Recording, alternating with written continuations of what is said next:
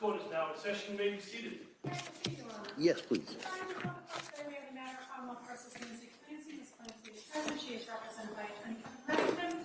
The Commonwealth is represented by Assistant District Attorney Jennifer Sprague and Assistant District Attorney Shannon Buckingham. All right, well, good morning, everyone. Good morning, council. Morning. Good morning, Ms. Clancy. All right, before we start, could I see everybody talk about today's schedule?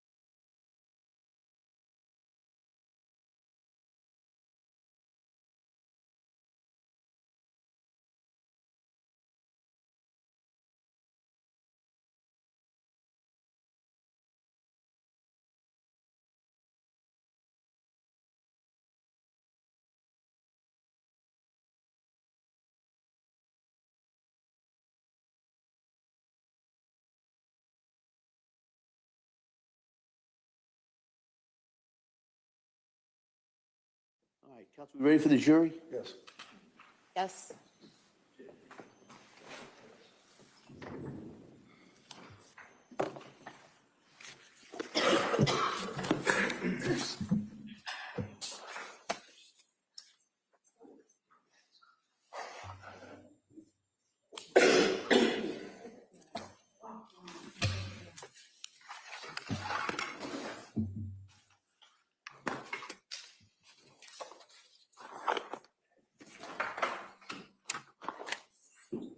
We have another matter at 2 o'clock, but it's just the compliance, I'm gonna send it to Judge.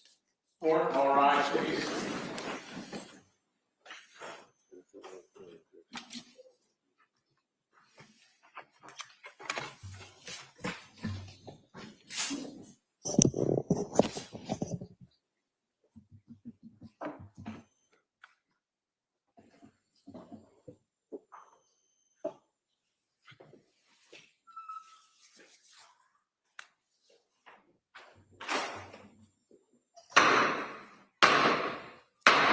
Hey, all persons having anything to do before the Honorable William Sullivan, Justice of the Superior Court now sitting in Plymouth, within before the Commonwealth. Draw near and give your attendance, and you shall be heard. God save the Commonwealth of Massachusetts. This court is now in session. Please be seated. Good morning, Madam Mayor, proceed. Yes, please. Your Honor, before the court today, we have a continuation of the jury trial matter of Commonwealth versus Lindsay Clancy. Ms. Clancy is present, she is represented by Attorney Kevin Reddington, and the Commonwealth is represented by Assistant District Attorney Jennifer Sprague and Assistant District Attorney Shane Buckingham. All right, thank you, Madam Clerk. Well, good morning, everyone. All right. Nice to see everyone. You know, I'm going to ask you those questions, and we'll talk a little bit about today's schedule. So first question is, any member of the jury read, seen, heard, or overheard anything from any source about any aspect of this case that would affect your ability to be fair and impartial as a juror? Next question, is there any other serious matter or concern bearing on your service as a juror in this case that anybody needs to bring to my attention? Again, thank you for following those instructions. And what I wanted to, we'll talk a little bit about today's schedule. We're at the point in the trial where I think, as you saw a little bit yesterday, there's kind of some stop and starts that go through. And I think we're going to have a similar day today. All right, so I appreciate your patience with us as I deal with counsel about some things that I have to speak to outside of your presence. But as you see the cases moving forward, and those kind of gaps or the stops that you see are part of the reason that keeps the case moving. So I think the schedule today will be similar in some ways to what we had yesterday. All right. And so with that, we're going to now return to the defendant who's presenting her case at this time. Attorney Reddington. Thank you. Call Sue Clancy, please. Yeah, she should be in the hallway.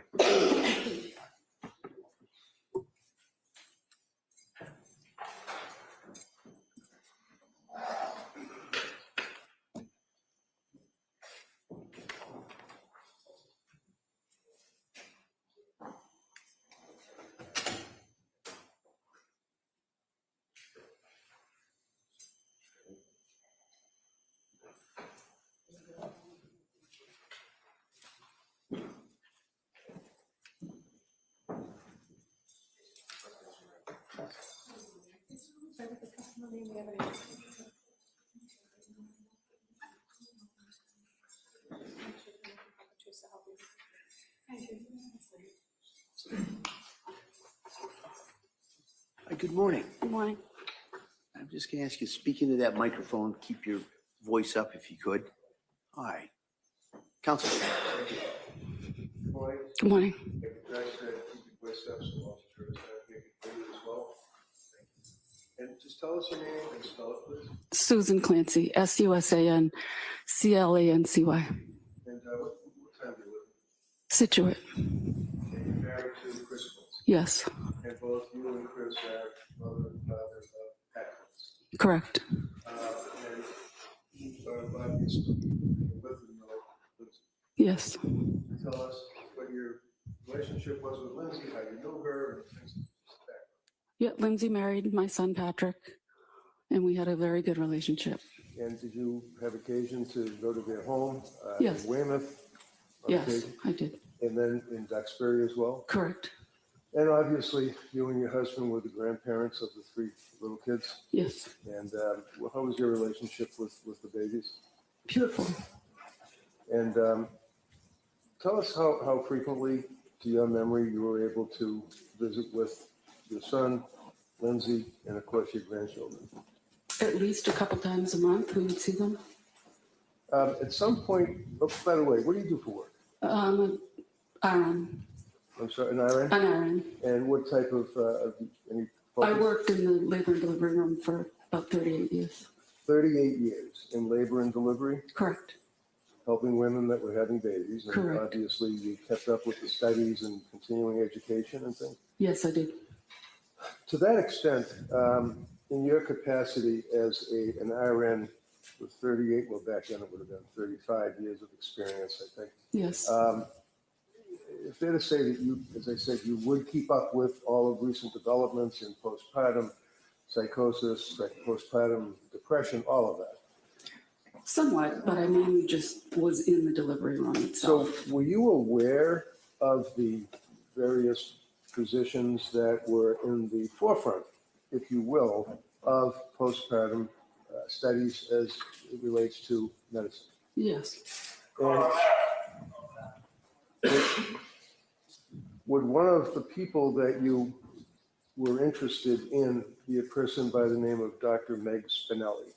Yes. Can you tell us who Meg Spinelli is? I don't really know Meg Spinelli well. We've spoken a couple of times. I believe she specializes in postpartum mental health. And have you met with her before? Not in person. Okay.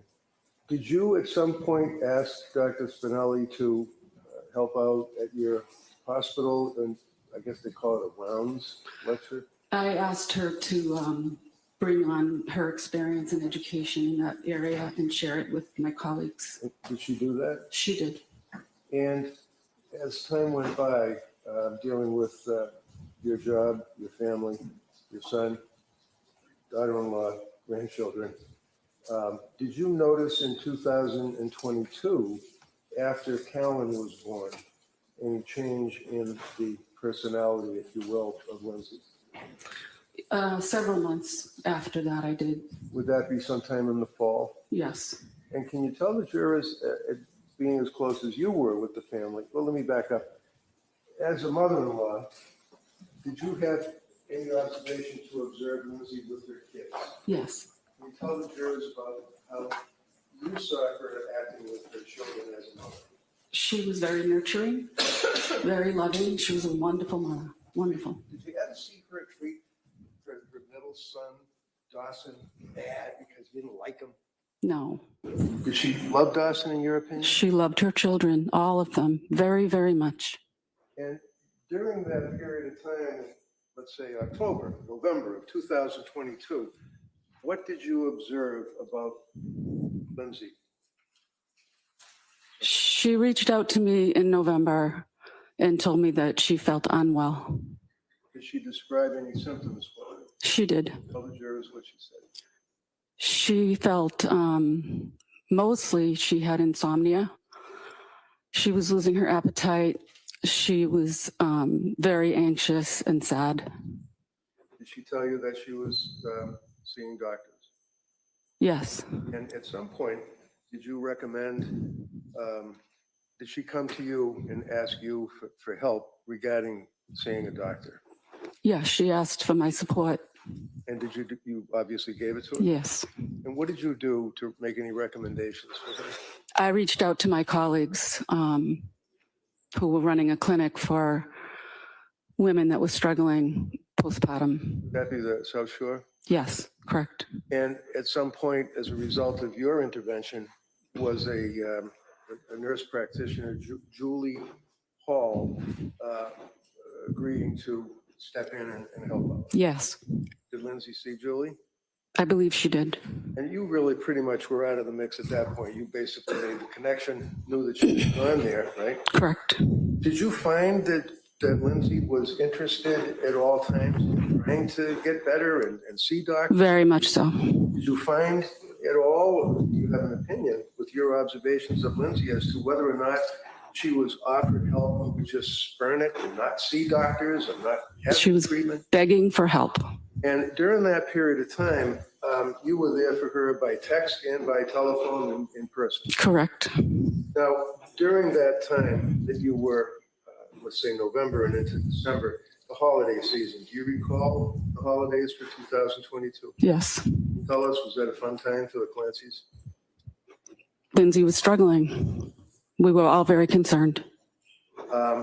You knew in January, New Year's, actually, that she ended up going Yes. to the McLean Hospital. Yes. You know that she'd eventually get out of the McLean Hospital. Yes. Fair to say that you and Lindsay, as I said, communicated a lot by text messaging, right? Yes. Correct. So I'm going to approach you with extraction report. This is a report that is done by the DA's office of the state police, Mr. Whiffen, on what's called Celebrate, where they can go into, did they examine your phone? No. They examined Lindsay's phone and obtained texts. Have you seen the texts? I think so. Okay, I'm going to approach you with the extraction report. Okay. And you can just take a look and see if your telephone number is on there, just for foundation purposes. Or if you, it is, okay. And just quickly flip through and see if you recognize those texts. We'll have to look at all of them, that's for sure.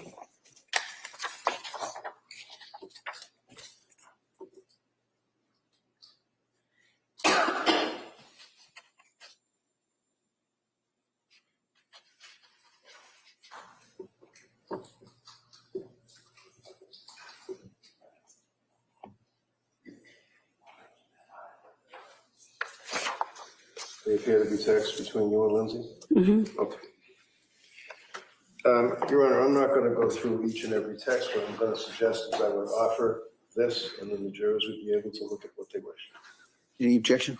Your Honor, Kamal just makes the same objection previously made. I'll keep you. All right, over the Kamal's objection, that may be admitted. Thank you. 279. Thank you very much. Kamal?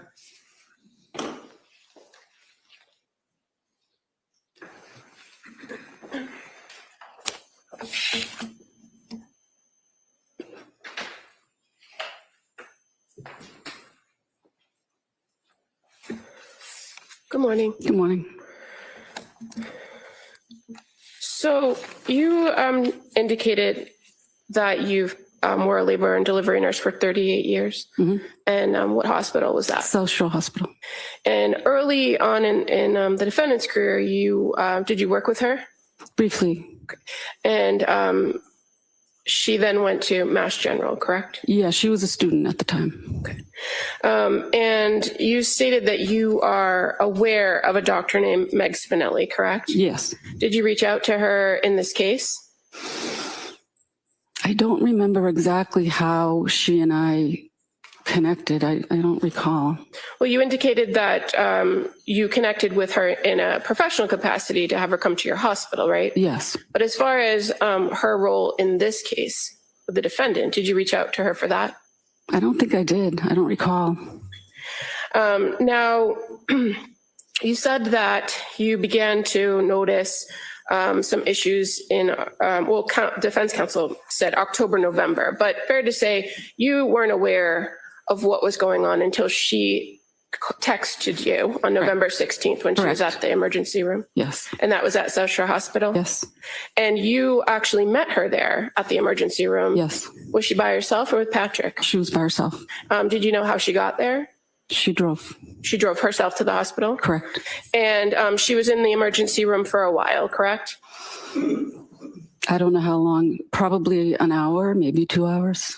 Well, you went down when you knew she was there, sat with her for a little bit, went back upstairs to because you were working that day, right? Correct. I wasn't able to go down immediately. I had to wait about an hour and a half and then I went down. Okay.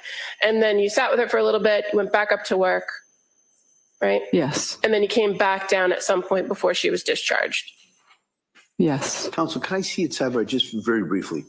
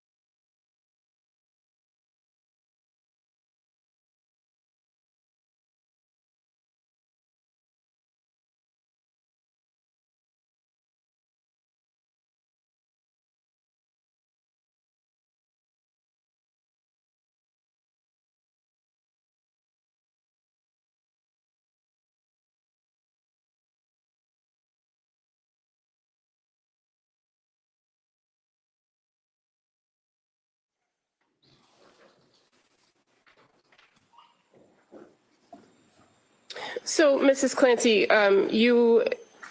you came down to the emergency room and you sat with her for a while, correct? Yes, And did she tell you why she was there?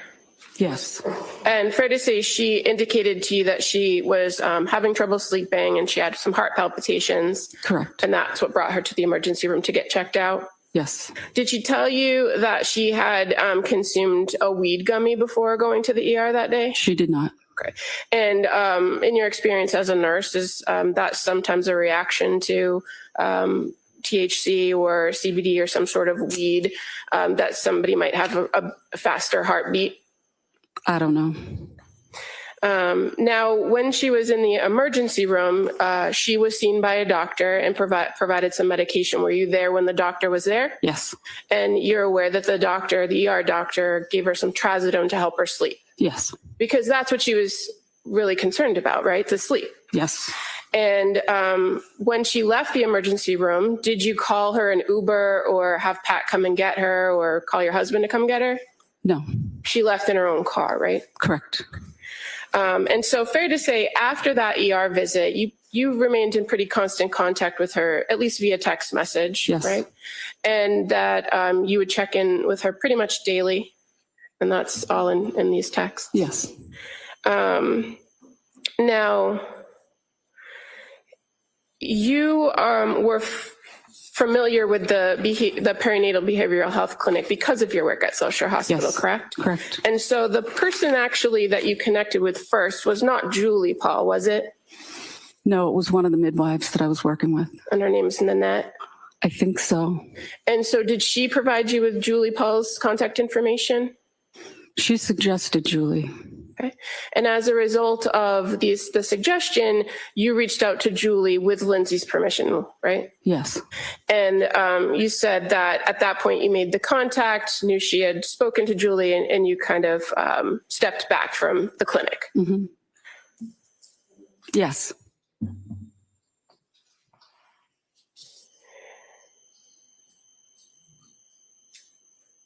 You're aware Julie Paul is one of the only prescribers that the defendant encountered that's not personally named in a civil lawsuit that's pending, don't you?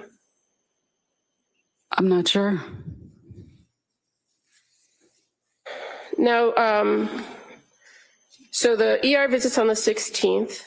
Contact is made with Julie Paul on November 20th, right? It sounds right. Okay. And that would have been your phone call to her first. I don't remember exactly. In the time period, well, you knew she was going and going to see providers and meeting with Julie and going to the clinic. Did you offer to help out more with the kids? Yes, You were still working full-time at that time, weren't you? yes, So fair to say it was kind of limited based on your schedule? correct. Did you have a normal schedule that you worked at that time period? I don't know what you mean. Well, as a nurse, did you work day shifts? Did you work mids? I worked the day shift. So did you offer to watch the kids at nighttime? I don't remember exactly. Did the kids come to stay at your house overnight so that she could get some sleep? No, they didn't. Fair to say you offered and she didn't want the kids to come to your house, right? No, that's not right. Well, were they, did they ever sleep over your house? No, they didn't. And Cora was 5, right? Yes, correct. She turned 5 that December. So at any point, they never stayed over. We decided together it was best for them to be in their own beds at their own house with all their belongings. And Lindsay's parents were very actively involved in staying over and helping out. So it was the best decision that they stay home in their own beds. So prior to the November of 2022, did you and your husband ever come and stay over the night so that Patrick and Lindsay could go off? We never did stay at their house. And as far as kind of watching the kids or taking the kids outside of the house during the daytime, did you often take Cora on kind of day trips out to lunch? Yeah, we used to go to lunch together. How about Dawson? Did you take him one-on-one out to? Not as much. He was younger. And how about Callan? Did you ever take him out of the house without Lindsay? No. And are you aware that Lindsay told one of the therapists that she wasn't close with you as in-laws? And that I didn't know that, no. That she said she doesn't generally allow the in-laws to watch her children? I did watch the kids. Okay, but are you aware that she told the therapist that? No. Are you aware she told the therapist that she didn't have any particular reason why and that they don't bug me about it either? I didn't know any of that. Now, Lindsay, the defendant, she communicated with you via text about her issues with sleep and the medication she was taking, right? Yes. And as far as the ER visit where the trazodone was prescribed, do you recall having a back and forth conversation with her about that it's okay to increase it if you weren't getting any relief? The doctor told her that, so I repeated that. And so you're aware that she was, in fact, increasing the dose? I did not know that.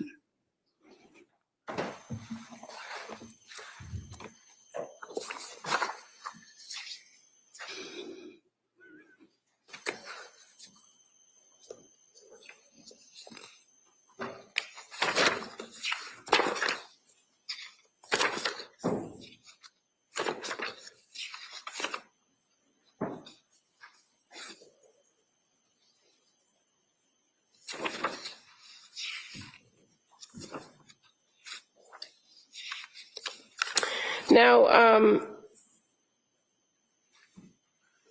once she was seeing Julie Paul, did you continue to have conversations with her about how she was feeling? Yes. And you knew that she was taking some new medications after she saw Julie, right? Yes.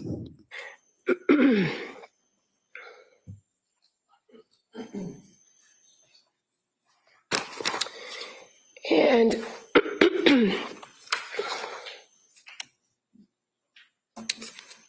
sorry, these pages are different than mine.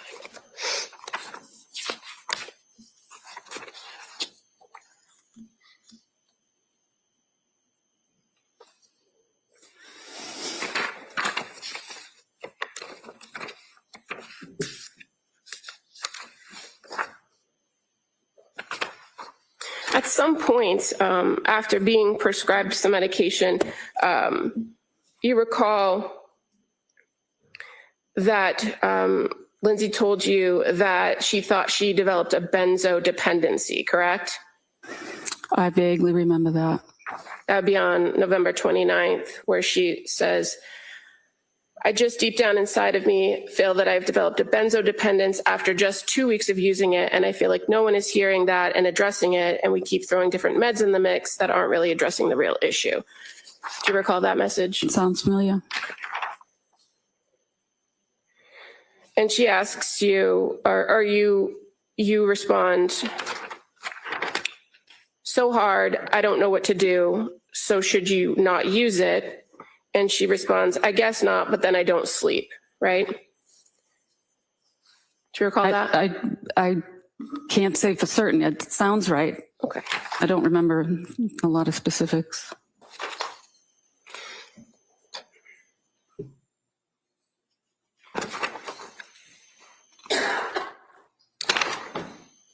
And on November 30th,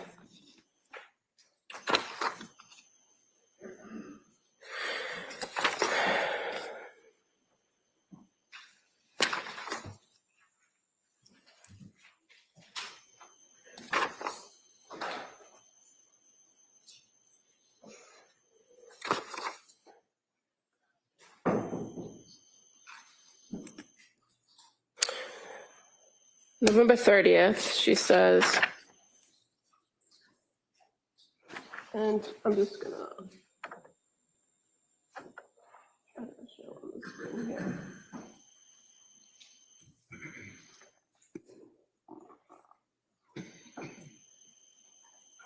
She says, I'm not okay and I'm terrified of taking meds tonight. Do you see that in the green? Yes. And then your response is, why are you scared? Why happens if you don't take them? What are you afraid of? What about Ambien, right? You're actively trying to help her kind of figure out the medication. Yes, there were a lot of medications. Okay. You're aware she wasn't prescribed all the medications at one time, but just a lot of different combinations were kind of thrown around as options, right? It seemed confusing.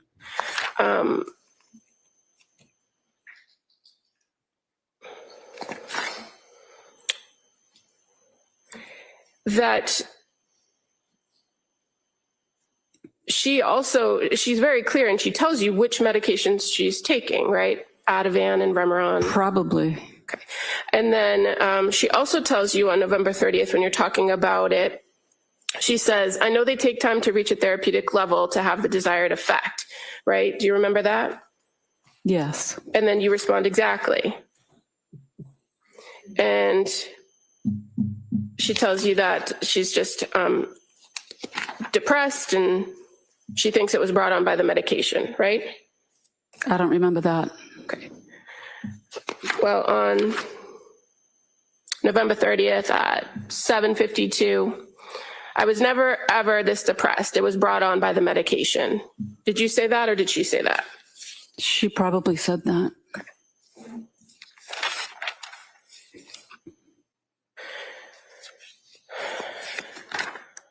Now, you were asked about the holidays and Thanksgiving. You remember Thanksgiving? Where did you guys go for Thanksgiving? To my daughter's house. And do you remember telling the grand jury that during Thanksgiving, things were better?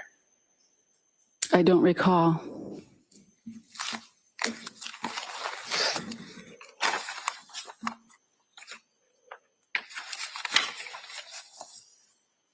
Well, do you remember her saying that she said things were better? Do you remember that?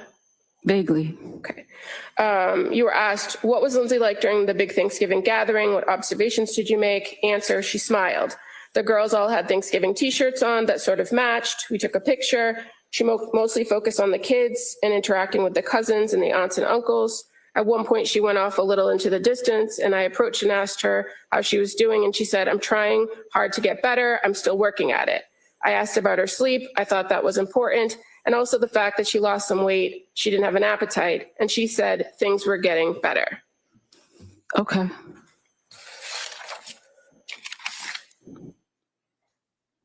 Now, during the holidays, you, in fact, took some time off of work so that you were around a little bit more, correct? Correct. And so when you were around a little bit more, did you spend all day, every day at their house? No. Fair to say you would come sometimes play with the kids, right? Yes. Do shopping for her. Correct. And then you actually went on vacation. Yes. You and your husband went to Aruba. Yes. How long were you in Aruba? 5 or 6 days, I think. Okay. And now moving towards Christmas, you had dinner with them at their house on the 23rd, right? I don't remember. Okay. Do you remember breakfast on Christmas Day? Yes. Was that at their house or someplace else? Their house. Okay. And then what did you guys do after breakfast? We went to church. And fair to say you've previously testified that breakfast was great. Yes, and that church was beautiful. yes, And in fact, the defendant, she told you that it was great and that she was glad she went to church that day on Christmas Day. yes, she did. And then after that, you're aware they went down to Connecticut to see her family. Right. Now, are you an active member in the Catholic Church? Yes, So you're aware that murder is considered a mortal sin? Yeah, Counsel, could I see you over here?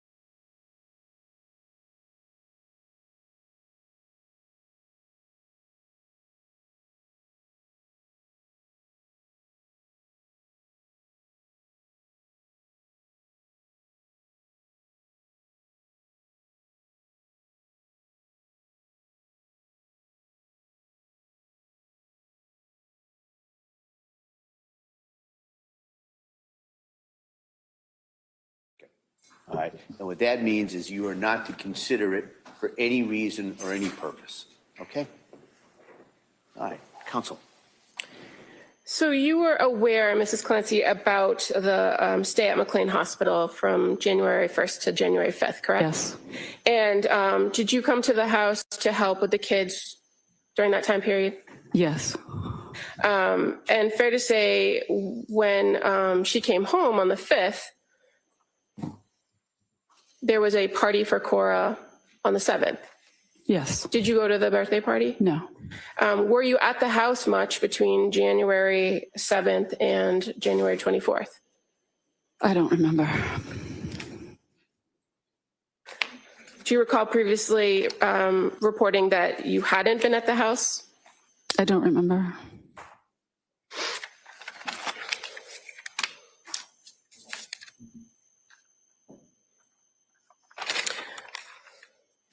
And during that time period, you never took the kids on a day trip or for a visit? I don't recall.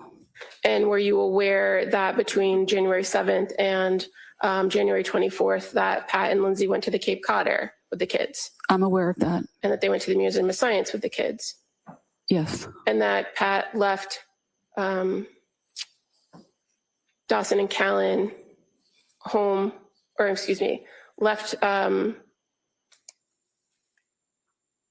and Callan home to go take Cora skiing. Were you aware of that? it sounds accurate to me. On the ski trip, did they ask you to come over and stay with Lindsay while she was with the other kids? I don't remember.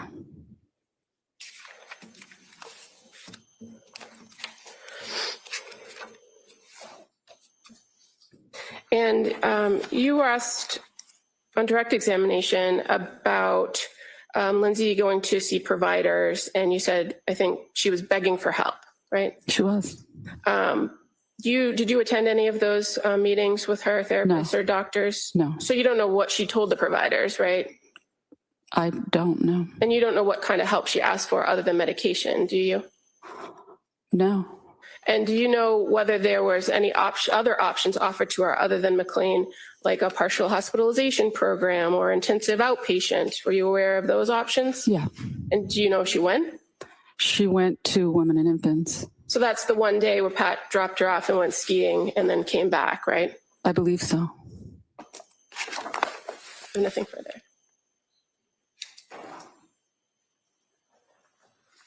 All right, Ms. Springton, redirect?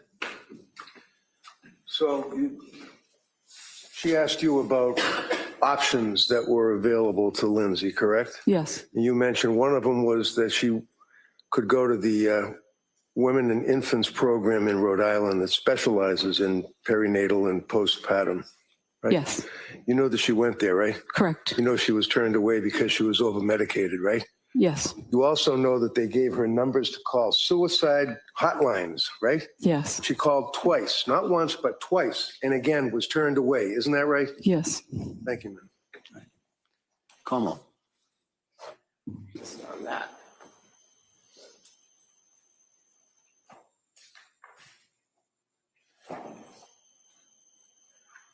So you're aware she was turned away because she told you she was turned away, right?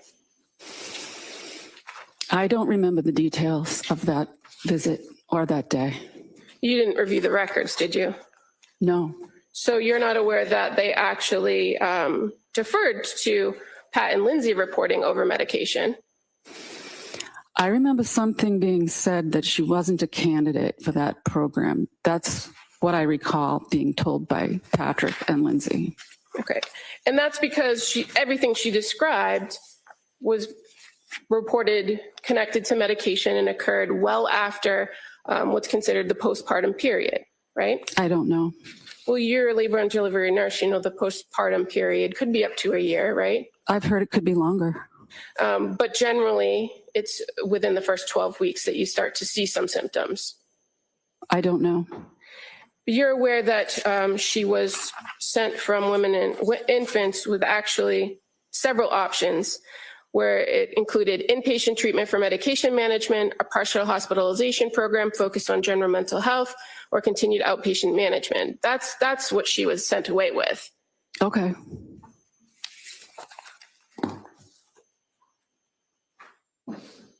Nothing further. May I? One more? Go ahead, one. So outpatient management, that would include somebody like Gelada, right? Yes. You know that Women and Infants called Gelada and she never called them back? I didn't know that. Come up, anything on that? No. All right, thank you, ma'am. Let me step down. Thank you.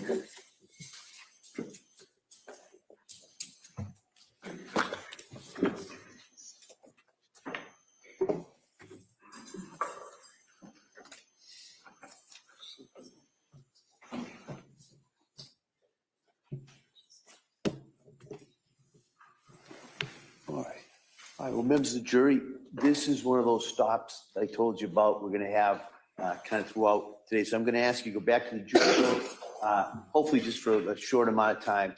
Then we'll bring you right back in and we'll continue with the evidence. Okay? All rise, please, for assessment.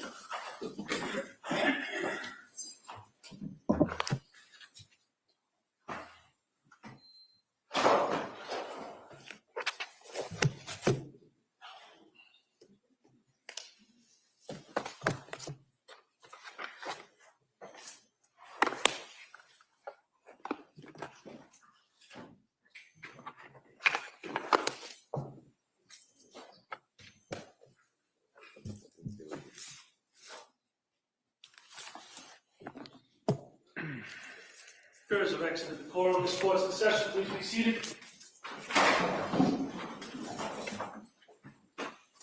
All right, counsel, I know that the next witness is scheduled to be Dr. La Posada. Yes.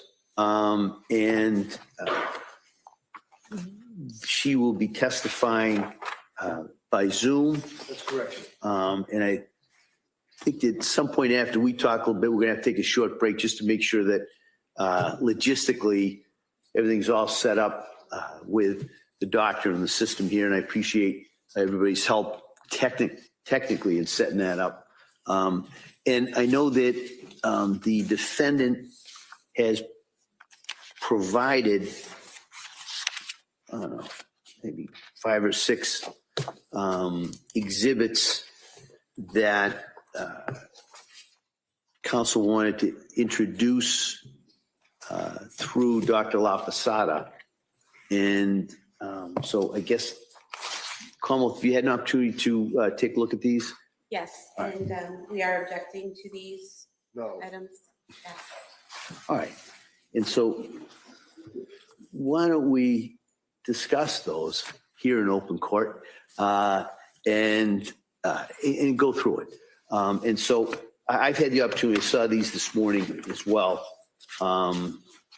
And so Commonwealth, why don't I hear the objections and then I'll hear from the defendant. The main objection is that the drawing is inaccurate.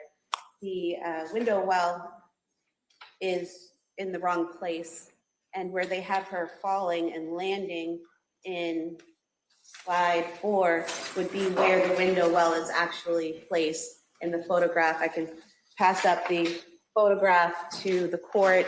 This is in evidence, I believe, maybe a couple times. But talks are discretionary, but what they should not do is mislead a jury and present information that's not accurate. And so the drawing itself is inaccurate. And so we're objecting to these slides. Is that the Commonwealth's objection, is that the window well is in the wrong place on the drawing?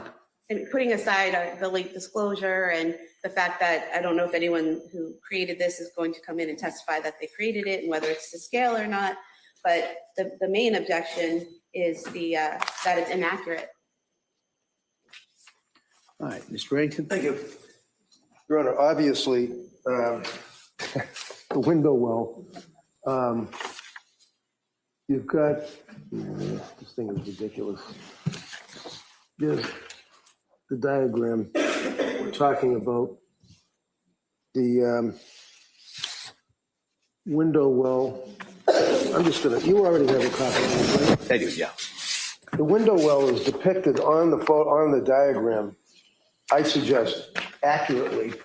And in fact, measurements were taken by the gentleman who did the computer animation in conjunction with information by way of medical provided by Dr. La Posada. And it shows clearly that, as Your Honor can see, that we're talking about the x-rays that are included. There are exhibits that she attaches that shows the way that she falls, how she hits her head. The Commonwealth has been suggesting that, I guess, that they're confused as to how she would have ended up the way she did. This shows the way that she landed on her head, gets to Jefferson fracture, falls back, legs are facing out from the house. She's laying in the snow. They're all depicted there. If there's an issue with the window well that's off according to the government, they could raise that on cross. They could say, well, the window well was really 6 inches to the left instead of to the right. That never struck her anyway. It's totally irrelevant. I think that they are useful for a jury to be able to review. I did have copies made for the jurors and the court, as well as the DAs. And Dr. La Posada has it. And then I could go through, I could go through, but you can see that we've taken the diagram, the window, where the body lands, and then to the right of it would be the actual x-ray. Dr. La Posada can compare the injuries, talk about the Jefferson fracture. There's a photograph that shows the blood in the snow, shows the area, and the photograph actually shows the window well. And I suggest the window well on page 6 is exactly the way we have it depicted. So I don't know what the objection is. I would ask that the court would allow this to be in. All right. Well, I guess it appears to be slides 4, 5, and 6 certainly go towards the doctor's opinion as to, we said, the mechanism of the injury that shows the the head striking of the ground. And then on the other part of the slide has the x-rays, and there's also a slide regarding the Jefferson fracture diagram. And then 5 is a diagram showing how the thoracic spine injury could have occurred. And there's a diagram regarding the thoracic spine, specifically T6. And then slide 6 shows and I think there has been testimony as that is where the defendant was found. And also then there's a thoracic spine, I think it's either an x-ray or some type of scan, as well as some of the additional medical devices that were found in that area. I'm not quite sure about 1, 2, and 3. That's fine. I can remove 1, I can remove 2, and we'll just focus, if you want, on 3 through 6. I think that goes more towards the doctor's background and kind of what had been offered in regards to her opinion. Your Honor, I think you said you were unsure of 1, 2, and 3. Yeah. And defense said he could go with 3, 4, and 6. 3, 4, 5, and 6. So 3 was an issue, was it not? What's wrong with 3? Well, I think, again, I think 4 kind of would cover what's dealing with that. All right. So I would allow in slide 4, slide 5, and slide 6. Okay, thank you. Okay. Not our objection. And so what we'll do is, objection noted. And then what we'll do is take a short break at this point, set up the Zoom call. Also, I know we're going to have to probably make certain changes to the jury book that was going to be presented. So the only slides that will be in that book will be, like I said, just so we know. 4, 5, and 6. Yeah, just so we know which ones we're talking about. Okay. There's a book? Well, no, it's not a book. It's just Laura stapled together all of the exhibits. All right. So just so we know what we're talking about, right? 4 and 5 is the thoracic spine. Yes, and like I say, I've got enough for the jurors plus you and the DAs. Right. Okay. And then 6, I just kind of want to make sure that we're all Yep. talking the same. 6. Okay. Perfect. Thank you. All right. So why don't we do that? We'll take a short break so that those changes can be made and we can set up for the Zoom, and then we'll come back out and we'll proceed with Dr. Lapasada. Thank you. Okay. All right. Thank you. Court, all rise.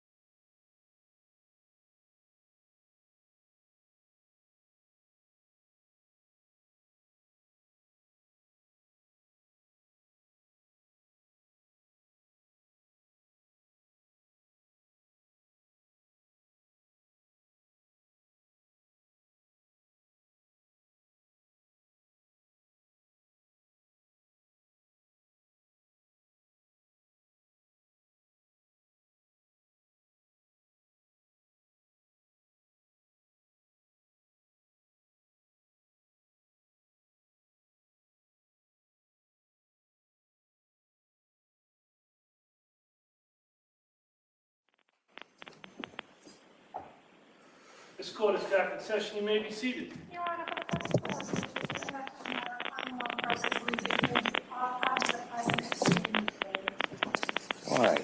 Are we ready for the jury? Yes, we have some kind of background noise. I don't know if there's anything that can be done with it.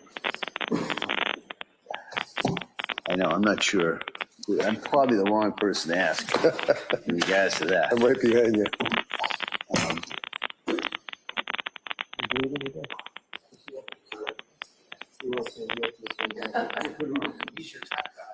Hello, Wait a minute, hold on. Yeah, this isn't. have a nice day. Is anyone there?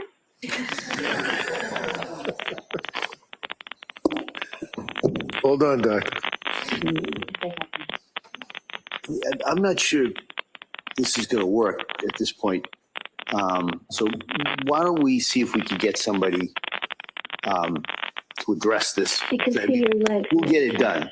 But we can call somebody at FTR or somebody. So why don't we take a further break? We'll figure this out. I'll ask the crowd. Yeah. All right. All right. Thanks. Court, all rise. Sit on that side.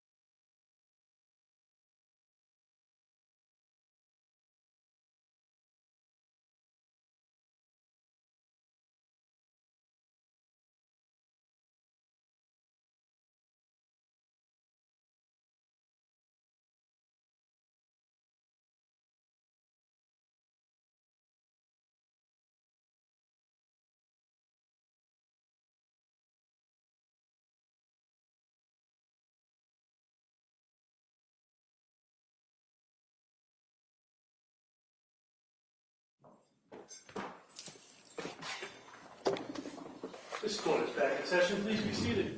For the purpose of the record, we return back to the matter Commonwealth versus Lindsay Clancy. All parties are present excluding the jury. All right, so I think probably it makes more sense to address the, whatever the technological issues were on the Zoom. Maybe that could be done during the lunch period. And then we can go forward. I know the defense, next witness would be, is it Dr. Condi? Yes, Donald Condi, Condid. And I know that we had talked about a possible voir dire in regards to Dr. Condi. Do the parties see the need for the doctor testify that, or maybe we could just hear the offer of proof or what the expectations of the testimony is, and then we I don't can. know what the objection is, so. Yeah, Well, so the objection is that we were provided with an affidavit. The original affidavit that was provided, counsel agreed that it referred to standard of care, which is not the issue in this case. It really reflects his opinions in a civil case.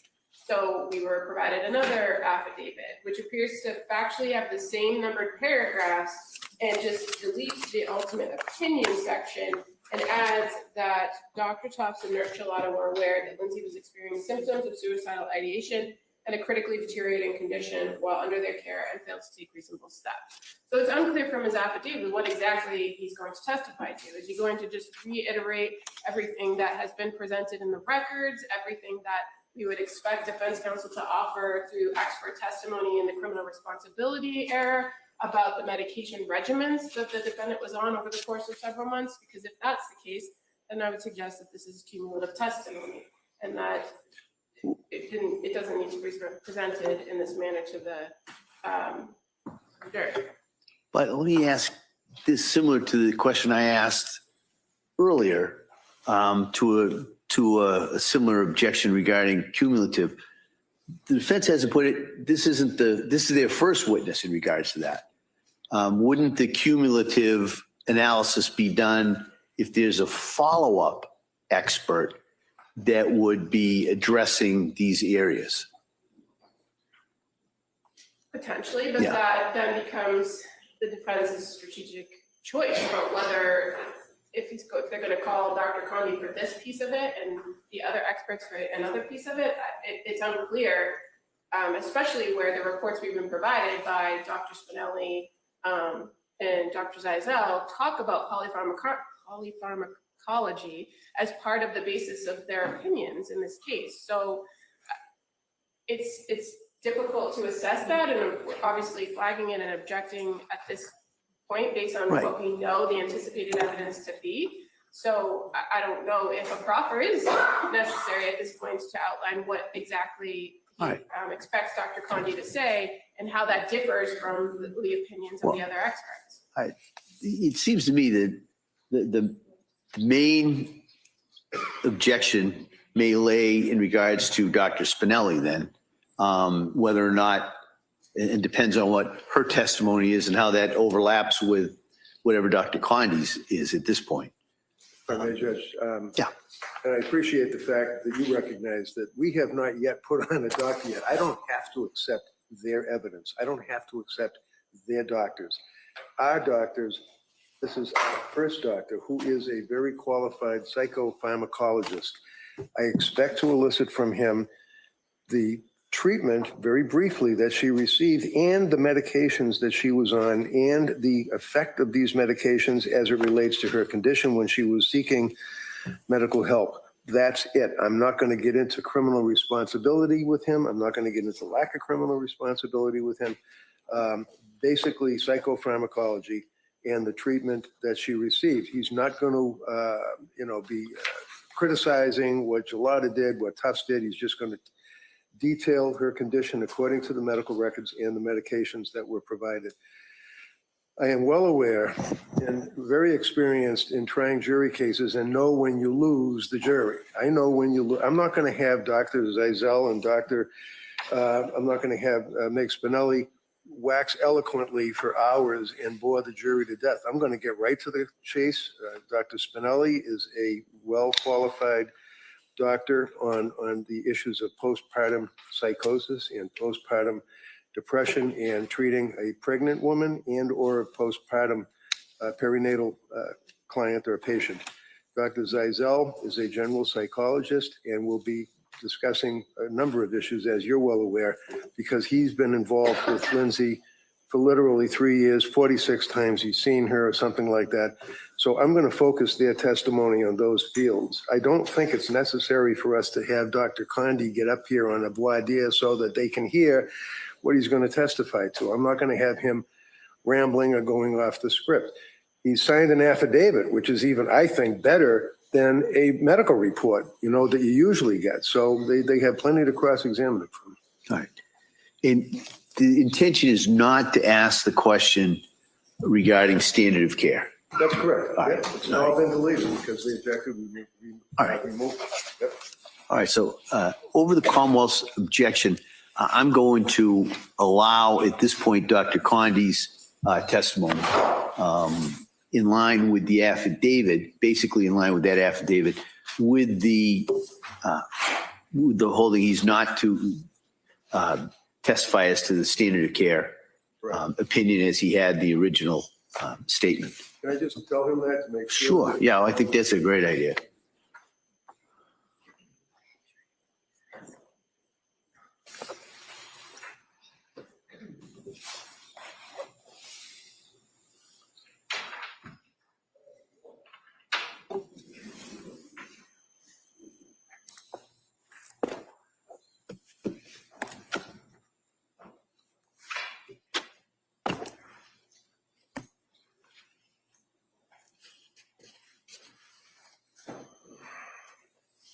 All right. So with that, counsel, we ready for the jury? Yes, we are. Okay.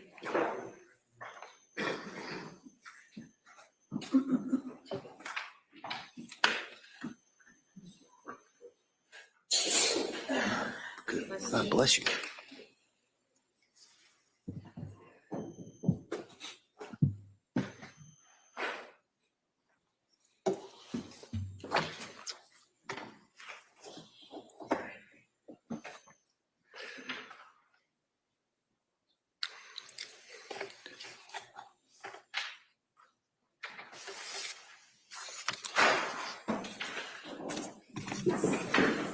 All right, please, you're entering.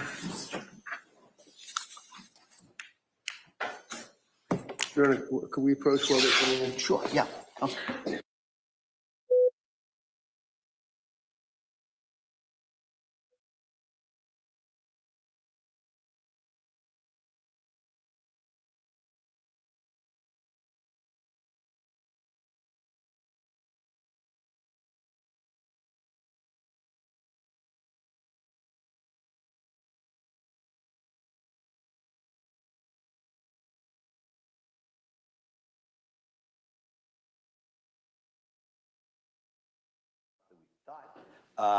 And basically, the real problem is a technological issue. It was going to be a Zoom call. There's been some problems. We're going to try and work on that. So instead of going with that witness, we're going to go on to the next witness, and then we'll put the technological problems for later.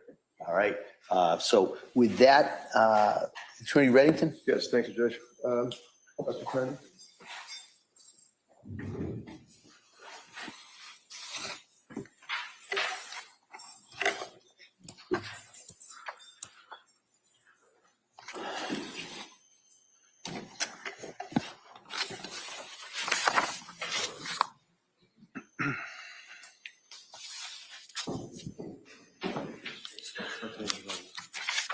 Good morning. Do you solemnly swear that the testimony in the evidence you shall give is the truth and the whole truth, and nothing between the Commonwealth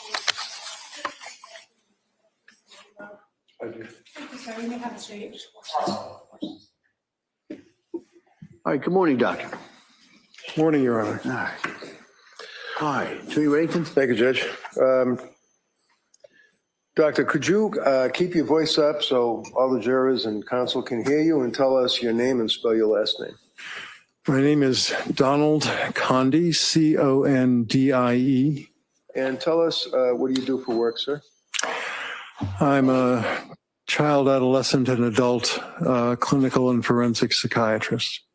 And can you tell us your background as to where you went to school and when you got your medical degree and things of that nature?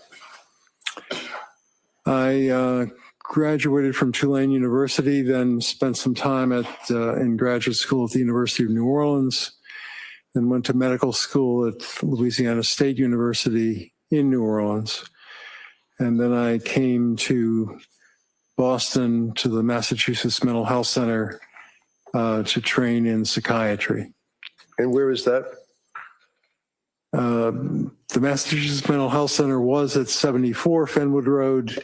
That building has been demolished, and now they're at 75 Fenwood Road in Boston. I was referring to more like, is that affiliated with any particular medical schools? Yes. What is it? Harvard.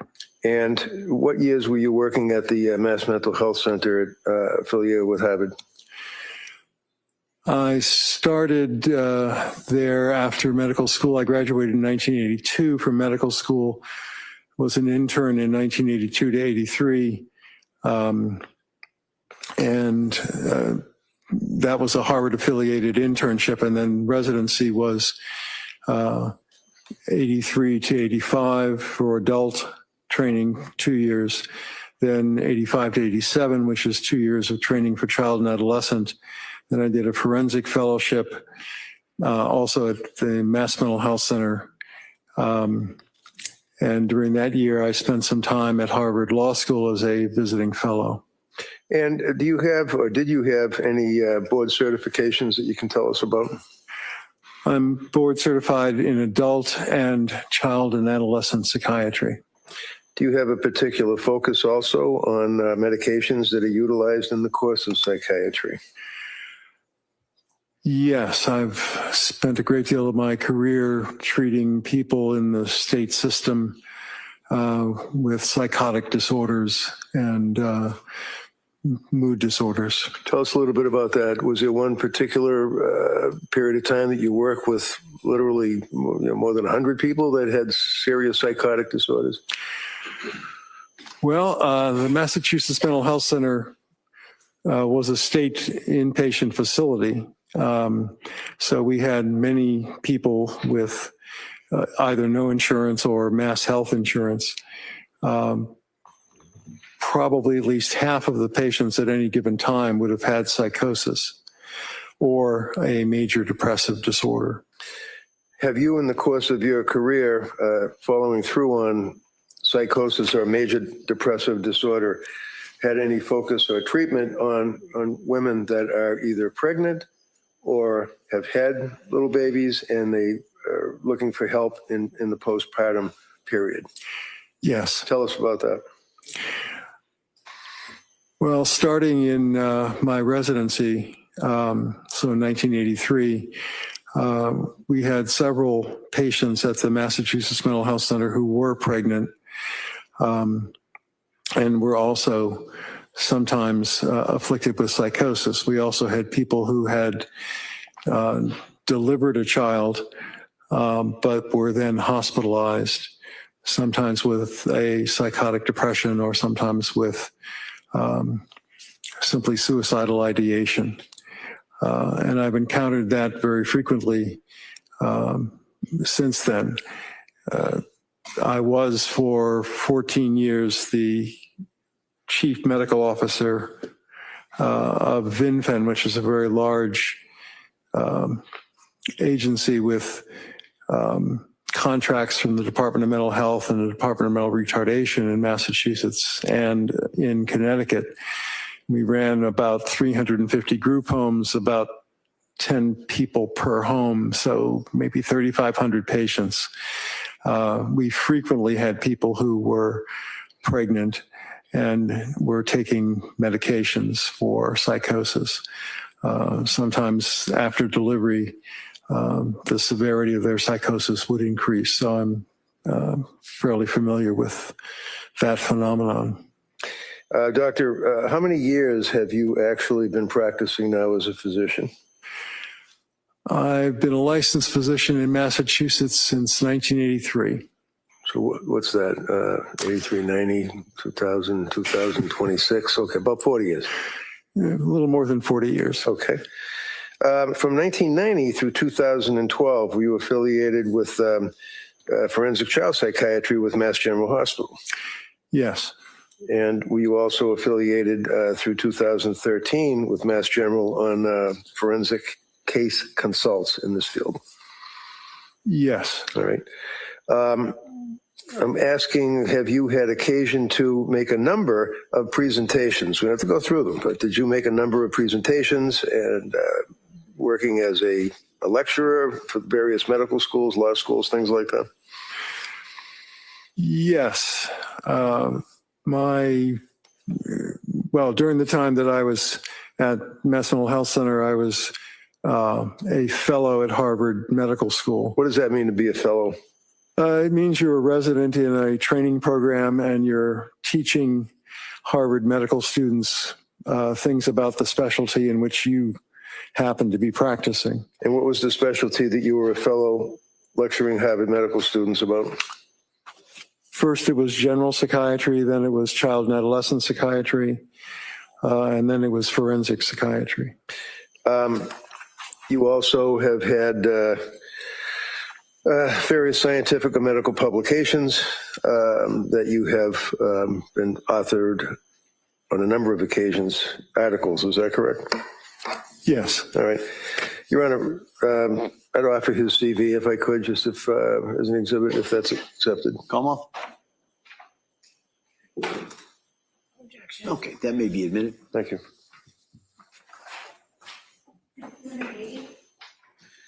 Now, doctor, if you can tell me, do you know, not necessarily personally, but do you know of Lindsay Clancy? I know about the case in general, but I don't know anyone personally. Now, you have never met her, is that correct? That's correct. You've never talked to her, right? Never have. You've never evaluated her for what's called criminal responsibility, is that correct? That's correct. I have not. I consulted with you for purposes of psychopharmacology and issues like that in this case, is that right? Yes. Fair to say that we've had a number of conversations in the evening, off hours, about various medications administered to women that are pregnant or postpartum. Is that right? Yes. Excuse me.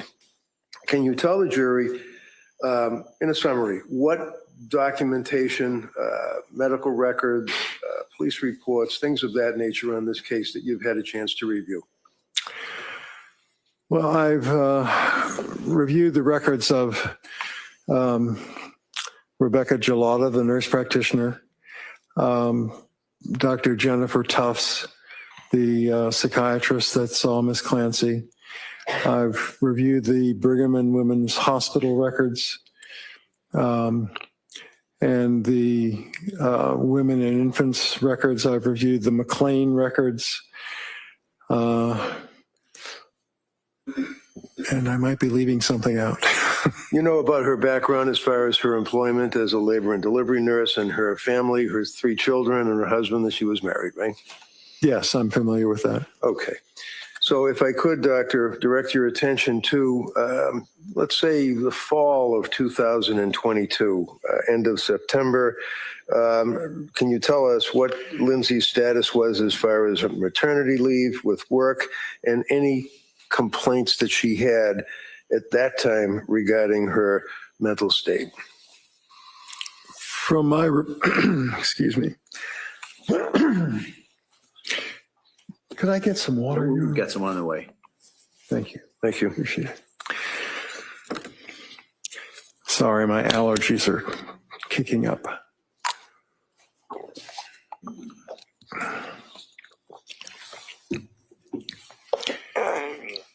So from my review of the records, which would start with Dr. Tufts' records, my understanding is that Ms. Clancy was planning to go back to work as a labor and delivery nurse at Mass General. She worked, I believe, the 12 midnight to 12 a.m. shift. And she began to experience, as she had to some extent after her first 2 deliveries, some postpartum anxiety, and consulted Dr. Tufts at that time. Now, after she had her 3rd child, Callan, was she in, would you strike that? It's fair to say she was in treatment with Dr. Tufts as a treating physician? Yes. Okay. And looking at your affidavit, I believe in paragraph 9, did you determine from looking at the medical records as to the time frame that Lindsay treated with Dr. Tufts? Yes. And what was that? She started in the middle of September 2022, and I'm sure that her last appointment was January 23rd, 2023. Now, did you have a chance to review Dr. Tufts' medical records? Yes, I did. Can you describe them for us, please? They are somewhat sparse, and there are many check boxes in the records, but not a great deal of sentences that describe what was done during sessions. Were you aware that the sessions that Dr. Tufts conducted with Lindsay from September, the end of September, up through January 23rd were all televised on a computer? Yes, they were all video. Do you recall the medications that Dr. Tufts prescribed Lindsay? I believe the first medication she started was Zoloft, 25 milligrams. And what is that? Tell us what Zoloft is. What effect does it have on a person? I'm sorry? What effect does that have on a person? Well, Zoloft is a selective serotonin reuptake inhibitor, which is a type of antidepressant that started being used around 1988, I believe. Prozac was the first one, Zoloft was the second. When it works to be helpful, it combats both anxiety and depressive symptoms that people might have. It also has, in some people, an effect of causing a feeling of jitteriness and increasing anxiety. So it's something that does have some potential side effects as well as beneficial effects. And when she was prescribed the original 25 milligrams of Zoloft, did she in fact take that, or did she defer on taking that? My recollection of the records is that she had it prescribed, picked it up, but did not take it for at least a couple of weeks because she did not wish to take medication. She was, I believe, still breastfeeding at that time. There are medications, and Zoloft would be one that would likely appear to some extent in the breast milk. Okay, so because she was worried about that, she held off on that, but ultimately did take the prescription from Dr. Tufts. Is that right? The records indicate that she did eventually start taking the 25 milligrams. Sorry. Does it indicate when she started taking them after that little hiatus? To be exact, I'd have to look at the records, but I believe it was at the end of September. And was that dosage increased at some point? It increased from 25 milligrams to 50 milligrams. And what happened when Lindsay took the 50 milligrams of Zoloft prescribed by Dr. Tufts? The records indicate that she had a rather rapid series of difficulties, that she had insomnia for, I believe the records say 48 hours, couldn't sleep. It's something that would be called activation, that these medications can cause in some people who are more susceptible. Now, by mid-October, after she began taking the Zoloft, would you agree that the records indicate a week after starting the medication and increasing the dose, she reported in October to Dr. Tufts, what you're relating is that she felt, how did she describe it to Dr. Tufts? If you could, I don't want to put words in your mouth. Well, she felt that she talked about being numb. She talked about not being herself. She talked about feeling worse, not better.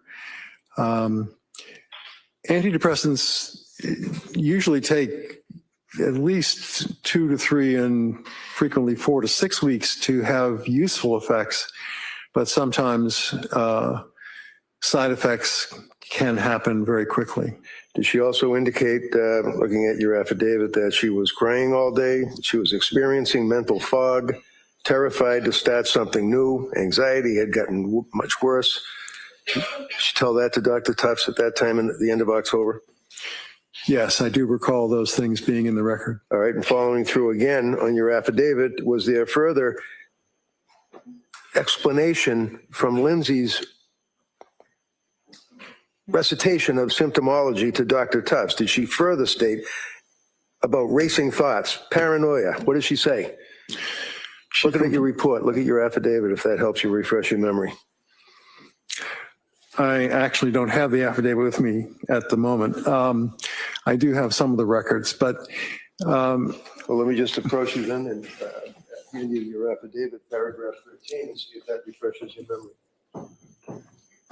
thank you.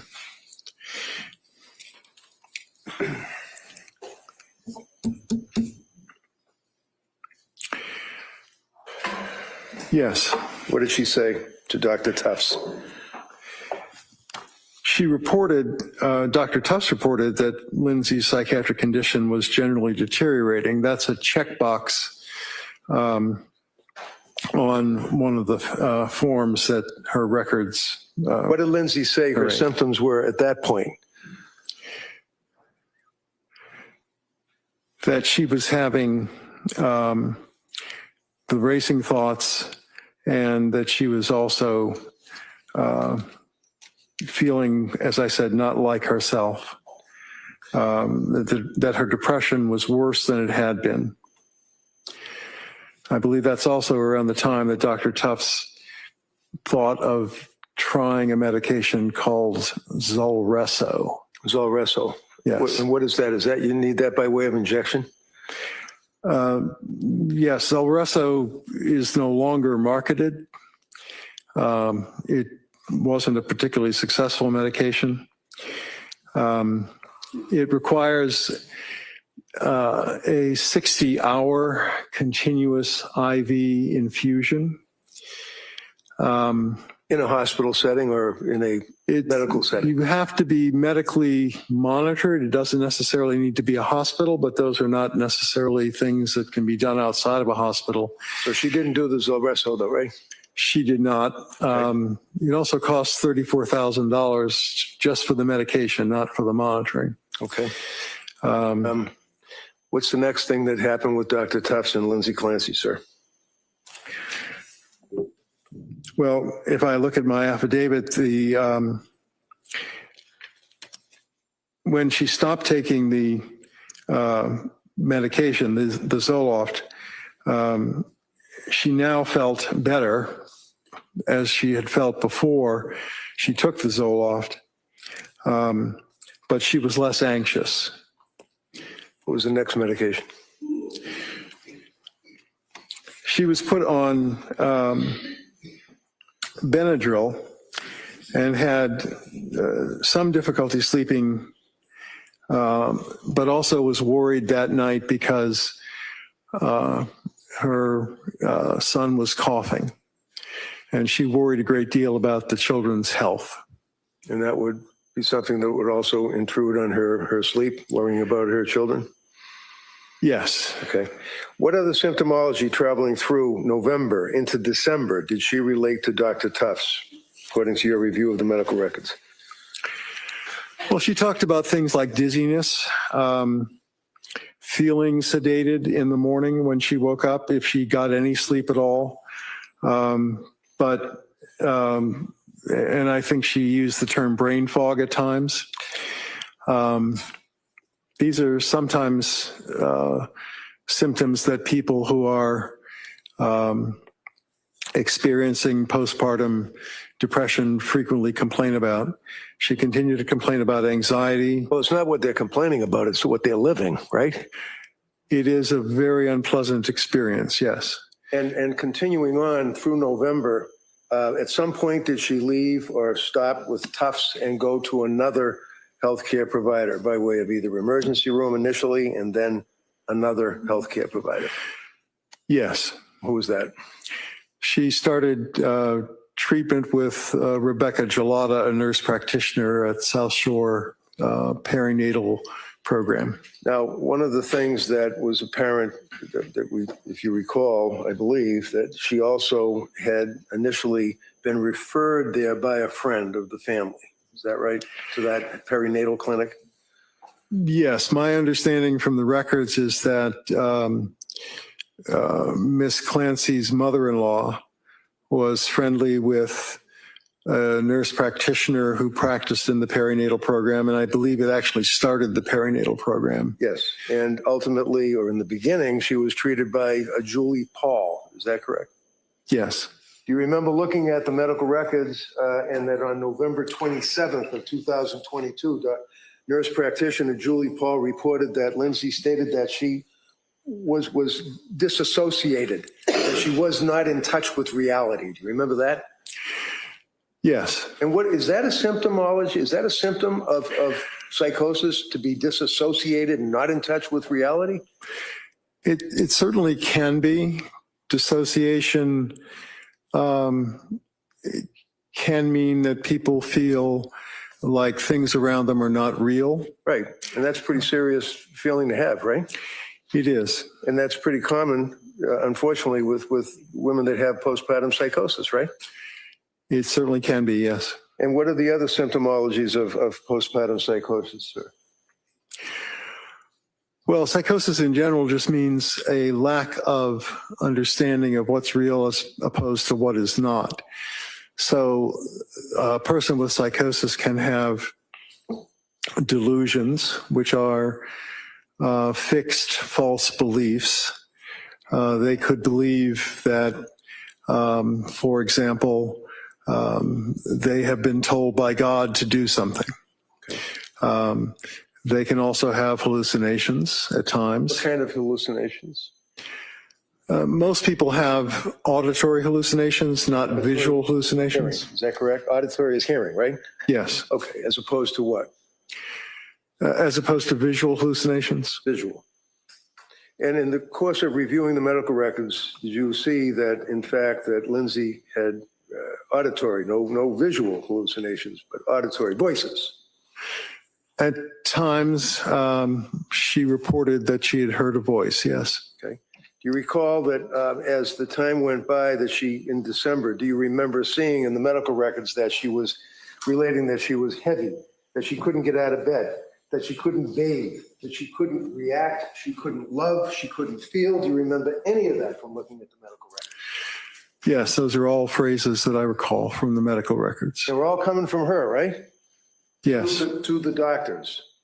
Yes. That would be Dr. Tufts and then Dr. Gelada. Is that right? Nurse Gelada. Sorry, nurse practitioner Gelada. Do you recall, sir, that nurse practitioner Gelada prescribed additional medications to Lindsay during that period of time from November through December? Yes. Can you tell us what they were? I'd have to look to be sure, but I believe she continued the Benadryl at times.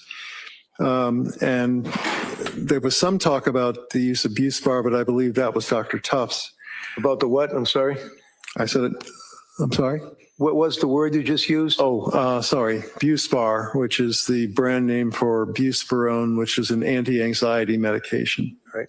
How about Remeron? Was there ever a prescription for Remeron? Remeron is a different kind of antidepressant, which helps people sleep a little bit and also sometimes helps their appetite. Yes, that was another. The answer is yes, she was prescribed Remeron? Yes, she was. And that's an antidepressant? It is. Is that mocking or similar to, but not exactly the same as the selective serotonin reuptake inhibitor, Zoloft, Prozac, things of that nature, right? It's similar in the sense that it has an antidepressant effect, It has some effect on serotonin. It has some effect on the adrenal, adrenergic system as well. What? The adrenergic system. Adrenaline is a neurotransmitter. It's also a hormone that circulates if you are suddenly scared or something like that. You get a surge of adrenaline. So if you were in a near-miss car accident, you might find yourself shaking because adrenaline will flood into your system from the adrenal glands. But it's also a neurotransmitter, and mirtazapine has some effect on that. And you said mirtazapine, is that the same as Remeron? Yes, Okay, sorry. So it's two different names, generic and not generic. Mirtazapine is the generic name, and I was taught to use generic names, but Okay. yes, Remeron is. Around this time, Lindsay has been prescribed the Prozac, she had been prescribed the Remeron, she had been prescribed the Benadryl, she had been prescribed other medications very similar to the SSRIs. Is that correct? Yes. All right, and does the selective serotonin reuptake inhibitor, that's fancy word, what does it mean? Isn't that serotonin in your brain? Doesn't it block or in some fashion affect your brain? It's a little complicated to explain, but Let's explain serotonin. it. Tell the jury what serotonin means and what happens when you take an SSRI, please. Okay, serotonin in this sense is a neurotransmitter. The brain is a relatively complicated place. It has about 86 billion nerve cells. They've got thousands of connections to each other, but they're not like the wires in your house where you put two pieces of wire together, twist the copper, and then put a nut on that. Nerves don't touch. They go close to each other, but there's a space between them, and that's called the synaptic cleft. One nerve secretes a neurotransmitter into the synaptic cleft, and it moves over to the next nerve in line where there's a receptor. Serotonin does that in the synaptic cleft, but it's also taken back up by the nerve that secreted it so it's reuptaked. So a selective serotonin reuptake inhibitor slows down the reuptake of serotonin, prolonging its activity in the synaptic cleft, which causes the next nerve in line to be activated. I'm sorry that it's so complicated. So that's what serotonin is doing, and that's what a reuptake When a woman inhibitor is does. pregnant or has just had a baby, can you tell me what effect, for example, hormones have when a person has a baby? I know we're two guys, but I mean, do you know what happens when a woman has a baby? I've been at quite a few deliveries, yes. Okay. The fact is that many hormones increase. So progesterone is a hormone that many people have heard of.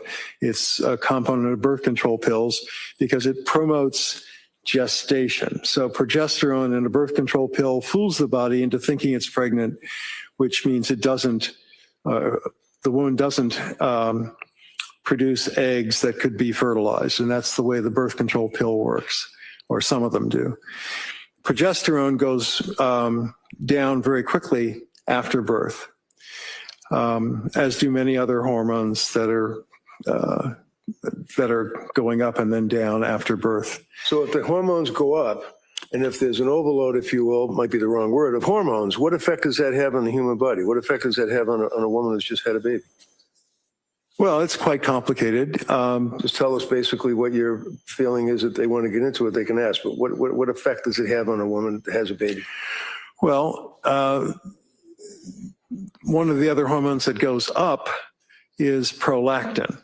So after the woman gives birth, prolactin promotes lactation, and it's a hormone that increases so that the mother can then breastfeed. These hormones are also seen in all mammals that feed their young through producing milk. So it's a very common mammalian thing to do. But other kinds of things can happen Excuse me, to did you say males or mammals? mammals. Okay, because mammals don't breastfeed, right? I'm sure they don't, yes. Okay, so as far as the hormone, again, I would ask, when a woman has a baby and the placenta, I think I pronounced that right, is, through the birth. All of a sudden, what happens? It stops that massive influx of hormones, or it increases that influx of hormones? Well, some hormones go up, like prolactin, and some hormones go down very quickly. What effect does that have in your experience and your education and your research on women that have a baby? What effect does that have on them? Well, many women experience postpartum blues. What is postpartum blues? It's a feeling of, Thing. I'm sorry? Sounds like a 50s thing. What's postpartum blues? It's a feeling of low energy and being sad, not as serious or usually as long as postpartum depression. What is postpartum depression? Is that the next level? It's a more serious condition where the woman may feel that she can't connect to the baby, that she feels isolated, she has no energy, she may also have insomnia. So, for example, if a woman is unable to sleep, feels as though she's losing a contact or connection with her infant, is stressing about not having that contact with her infant, feels that she's unable to emote or feel love or any emotions and can't relate to people, and also is out of reality, are those, or disassociative state, are those, in your opinion, symptoms of postpartum depression and or leading to postpartum psychosis? Yes, they are. And Lindsay had those symptoms, didn't she? She reported all those symptoms, yes. Doctor, when a doctor like Tufts is meeting with a person and checking the boxes, can that doctor give a blood test to the patient? Certainly.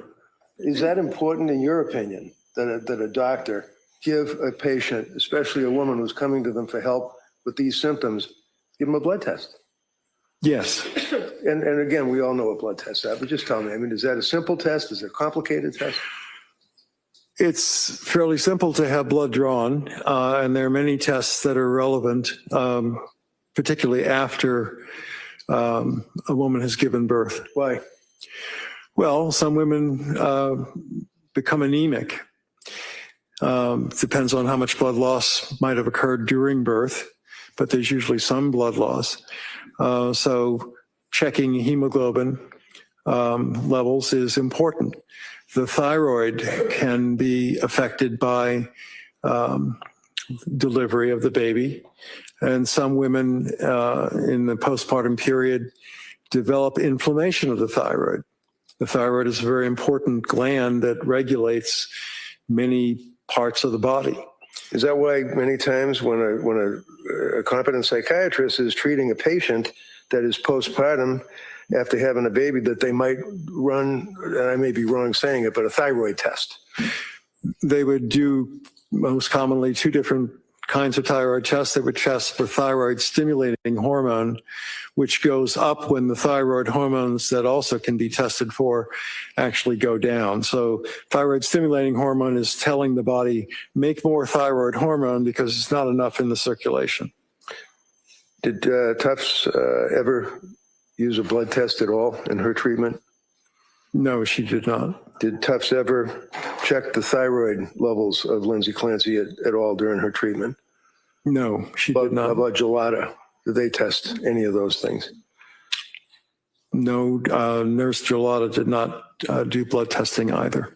Now, you've made reference, sir, to postpartum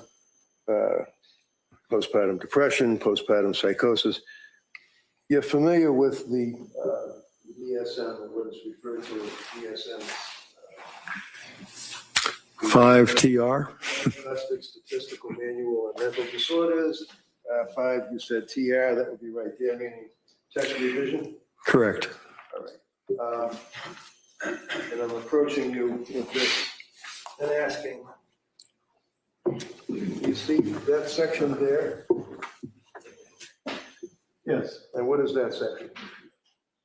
The bipolar and related disorder section. What is bipolar disorder? What does that mean? Bipolar is the newer name for what used to be called manic depressive illness.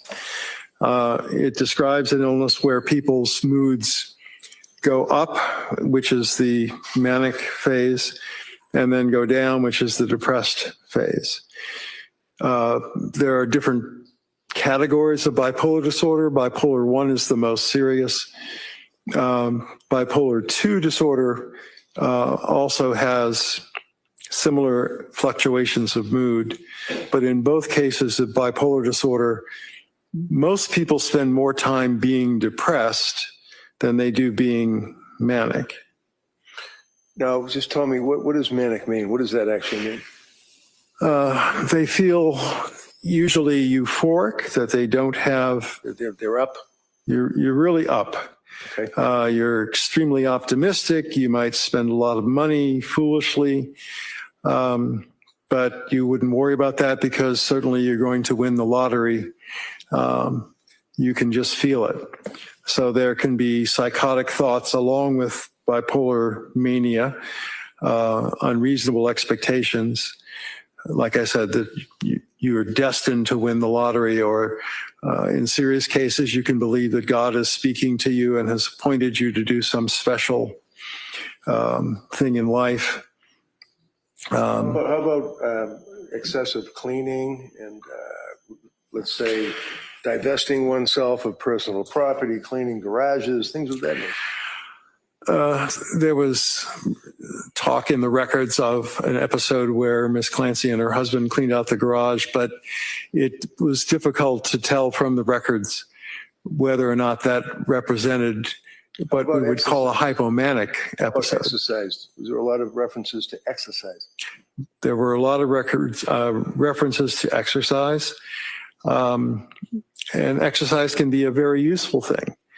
Sure, that's one of the things that a woman postpartum may very well be prescribed to do by a doctor like, or a nurse practitioner like Gelada, right? I believe that nurse practitioner Julie Paul recommended a long run at one point. So there's nothing wrong with a woman going to, let's say, Kingsbury or whatever it is, or taking her kids to the local gym with a swimming pool and trying to get some exercise in the postpartum stage. That doesn't, that's something you wouldn't hold against her, right? No. Okay.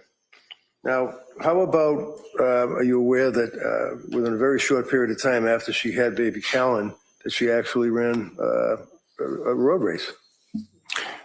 Yes. Is that indicative of a person that's kind of ramped up and doing these things you're talking about? It's unusual to decide to run so soon after delivering a baby. I believe that she ran on the day that she might have delivered her last child, Callan. That's correct.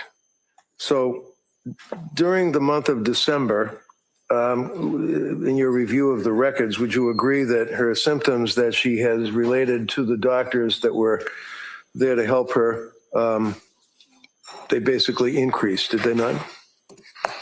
I'm sorry, I couldn't They quite increased. Yes. And are you aware that then she went somewhere voluntarily in December? Yes. Where? She went to the Mass General Emergency Room on, I believe that was in December. She had gone to the South Shore Emergency Room previously. And did you, in the records, see that in fact she had gone to Women and Infants program in Rhode Island for a day? Yes. And are you familiar with that particular establishment? Is that supposedly helps pregnant women? Yes, I reviewed those records as well. And do you know why she was discharged after a day?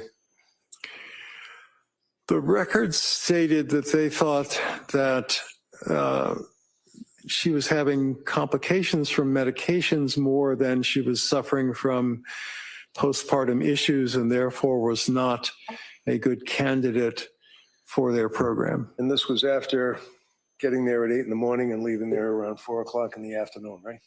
That's my understanding, yes. And the records indicate, if you read them, that during that period of time, there were little group discussions and coloring sessions and things like that. Is that correct? Yes. You know that there are suicide hotlines that people are told to call, right? Yes. especially if a woman is in postpartum and is experiencing these difficulties and is describing the symptomology and on all these medications, that if you feel like you're going to kill yourself, you're supposed to call a telephone number, right? Well, it wouldn't be the advice I would give, but that was some advice that was given, yes. And did she call, to your knowledge, from reviewing the records, the telephone? She called the Aspire hotline, I believe, on 2 occasions. And was she given any help by the Aspire hotline? I believe the records say that she was told by Aspire that since she did not have a suicide plan, she did not require what's called a higher level of care, meaning an inpatient admission. So she basically had been to Nurse Gelada. She had contacted Aspire on 2 occasions. She went to Rhode Island Hospital on a recommendation the day after she was recommended to go there, and left after not being accepted. After calling the suicide hotlines, things got to the point where she and her husband went to an emergency room. Is that right? Yes. And did they get treatment did she get treatment at the emergency room? I believe the first time that she went to the Mass General Emergency Room, they recommended that she consider an admission at McLean, but she and her husband decided that they did not want her to go inpatient at that time. How about the next time she went to the emergency room? The next time she went to the emergency room, which was not very long after, she was admitted to McLean. McLean Hospital, and that would be McLean Hospital. That would be the locked wards for a period of about 4 days, correct? Yes. In reference to the bipolar disorder that we touched upon, sir, is that something that's a consideration when you're treating, as a psychiatrist, a woman who's coming to you for help and expressing concerns about the symptoms that we've talked about? Yes. Why? Well, some people with bipolar disorder, especially given the fact that depression is a prominent symptom in bipolar disorder, become suicidal and can even commit suicide. So that's a very serious possibility that has to be considered. Did any of the nurse practitioners consider that as a possible diagnosis? The records indicate that Ms. Clancy was frequently asked if she had a plan to kill herself, even after she reported having what was called passive suicidal ideation. But it was reported very, very frequently in the records. And in reference to her treatment with nurse practitioner Gelada, did, to your knowledge, nurse practitioner Gelada consider as a secondary diagnosis or a working diagnosis the possibility of bipolar disorder? Yes. Was anything followed through on that? I believe she discussed the possibility of a mood stabilizer, but I believe that she then ended up using Seroquel or quetiapine, which is... No, that's Seroquel and quetiapine with a Q, right? I'm sorry? Seroquel and quetiapine with a Q. Quetiapine with a Q, yes. Using the 2 words again. I just want to make sure it's clear. Seroquel is the brand name. Quetiapine is the generic name. All right. And did she, meaning Lindsay, to your knowledge in the medical records dealing with these providers, complain about the effect that Seroquel had on her? Yes. And what did she say? What were the symptoms, or what did she feel? Well, she often felt spacey, as if she was not her normal self. She felt, it's fairly commonly reported that she felt hungover in the morning because these medicines, that particular medicine does make people somewhat sleepy. I believe the beginning doses were described as a sleeping dose, which is a very low dose of the medication that does, in fact, help sleep to some extent. Was the Seroquel ultimately increased to 400 milligrams a day, 200 milligrams a day? Do you recall that? Yes, it started at 25 and... It was bumped up pretty significantly, wasn't it? Yes, 400 is a lot more than 25. And she was complaining about the effect of the Seroquel, is that correct? She was. And she was complaining about the fact that she couldn't sleep. All those symptoms that we went through continued on through the month of December. After McLean, she went there for the New Year's period. I know, I'm almost there. She went to the McLean for treatment and still complained of these symptoms. Is that correct? Yes. Did the symptoms ever resolve themselves for Lindsay in January, if you know? There were times when she appeared to be a little less distressed, but the symptoms were never completely resolved, no. And did you know that she went to see Dr. Jennifer Tufts on January 9th and that she was prescribed diazepam? Yes. And then on the 12th, she was prescribed trazodone, 150 milligrams by Dr. Tufts. Yes. January 16th, 2 milligrams of diazepam by Dr. Tufts. January 16th, the same day, 10 milligrams of amitriptyline by Dr. Tufts. Yes. What is amitriptyline? Amitriptyline is one of the older types of antidepressants. It's what's called a tricyclic antidepressant. It has more side effects, but one of the useful side effects in some cases is that it makes people sleepy. Did it help her sleep? Not really. Now, in reference to the DSM, out of that revision, you agree with me that they have DSM-1, DSM-2, revised, rebooted, reconsidered, DSM-3, all the way up to DSM-5 text revision, right? Correct. And consisting of over 1,000 pages, right? Yes. Is this like considered, some people say, the Bible of psychiatry, or is it like a cookbook? I would call it a dictionary. It's a list of definitions. If I looked under P in this dictionary, would it contain anything about postpartum psychosis for a woman? There is one mention on page 148. That's it. That's it. The rest of the world, they don't care about the DSM. They have some other Yes. information, right? What is that called? The World Health Organization publishes something called the International Classification of Disease, which is now in its 11th edition. It lists postpartum psychosis as a separate entity. And that's the one that insurance companies use for billing purposes. Right, not this. Correct. You familiar, sir, with the way other countries treat pregnant women in postpartum condition when they see, let me finish, when they see a doctor for medical treatment? Yes or no? Objection. All right, just allow that question, then we'll. Yes. And how does that differ from the United States of America? Objection. Sustained. Go ahead.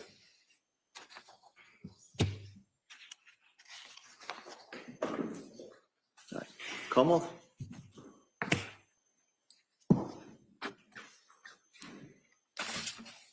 Good afternoon. Afternoon. You spent some time when you first got to the stand going over your qualifications, and I think council now has admitted your curriculum vitae into evidence, right? I'm sorry, I didn't hear the last part. Your curriculum vitae Yes. is, you went through that with council, you recall that? Yes. And fair to say the majority of the entries and your experience and your presentations and your teaching and fellowships, most of which revolve around child and adolescent psychiatry, correct? I wouldn't say the majority. Well, where in your CV does it say that you worked with postpartum women?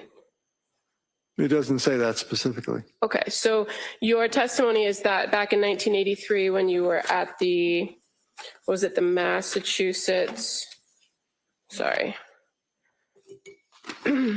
Mental Health Center, You worked with the postpartum women, is that correct? There were patients who either were pregnant while they were there or delivered and were hospitalized after that, yes. Okay. And your involvement in this case with defense counsel, wasn't directly that he reached out to you, was it? It was that you had provided some information as it pertains to a civil lawsuit that's pending. That's correct. Okay. And so this affidavit that counsel's been referring to that you drafted, you've revised it for these proceedings, but fair to say you went through a series of records that didn't include anything related to this criminal case, meaning no police reports, interviews, photos from the scene. Is that fair to say? No police reports, no photos from the scene. So the majority of what you reviewed pertained to medical records, right? Yes.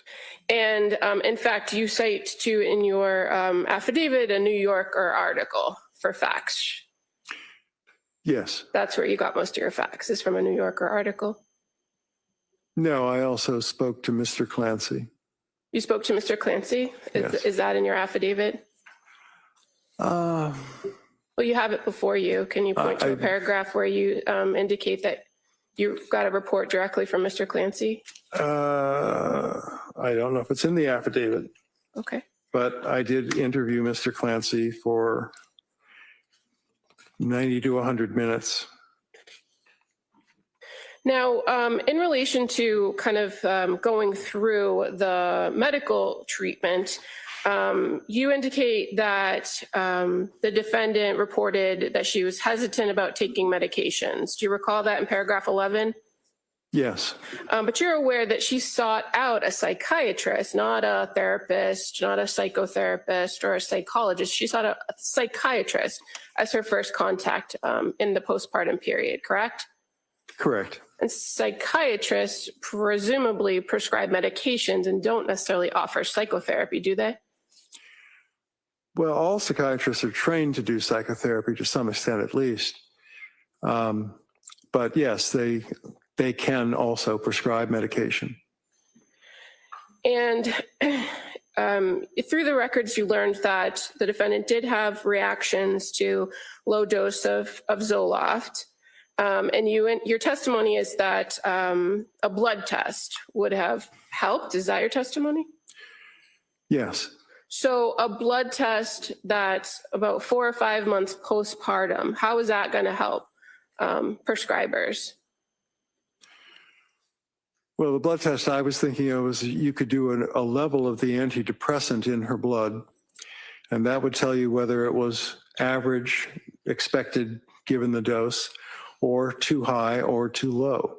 And that would yield results if a person's only been taking medication for less than a week? Yes. But you indicate that over a period of 4 to 6 weeks is when you would expect to see a medication start to take effect, correct? It sometimes takes that long, yes. Now, you also spoke a little bit about Zulresso. You're aware from reviewing the records of Jennifer Tufts that she researched Zulresso and spoke about Zulresso, but never made a recommendation to the defendant that she do that injection. Yes. You also describe that by November 21st, that the defendant was experiencing suggesting symptoms of mania, like racing thoughts. But in fact, the criteria is not just racing thoughts, it's racing thoughts, pressured speech, correct? There are a number of criteria that are listed, but racing thoughts is one of them, yes. Okay. And you also list, or you identify in your affidavit, extreme insomnia, but for mania, it's not just insomnia, it's that there's insomnia with a decreased need for sleep, correct? it can be decreased feeling that you need to sleep even if you didn't sleep for several days. But it's also true that some people feel very tired. It's not just one or the other. You're aware that the defendant denied a decreased need for sleep around that time period in November from the records, aren't you? In that period, yes. You also You also indicated that in reviewing records pertaining to, I think you noted Jennifer Tufts, that her notes were a series of the record was a series of check boxes, right? That was your testimony? There are a few sentences, but they're mostly check boxes, yes. And fair to say, the way in which those notes are created, there are several areas in which notes are placed at different points in those records. There are notes at certain places, yes. And those notes are reflective of statements that the defendant was making about her mood and how she was feeling and symptoms, correct? Yes, Those are all important things for a treating psychiatrist to consider when they're considering a patient's overall presentation. Is that fair to say? yes, fair to say.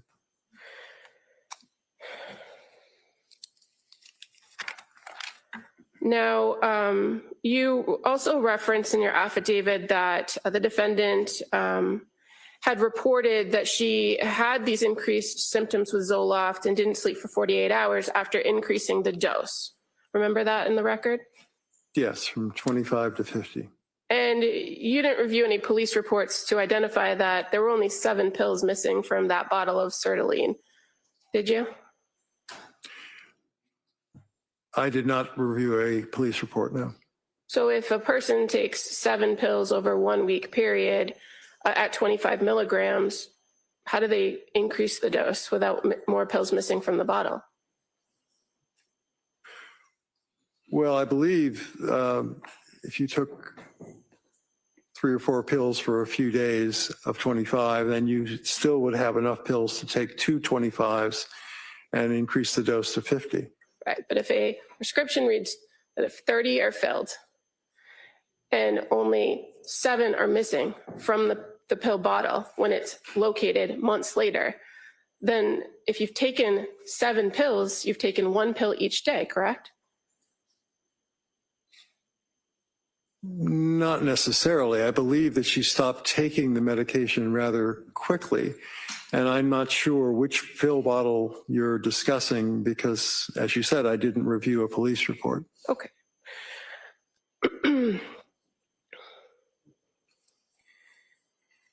Now, you're aware that on December 15th, that the defendant and her husband reported that she was having persistent intrusive thoughts that day, correct?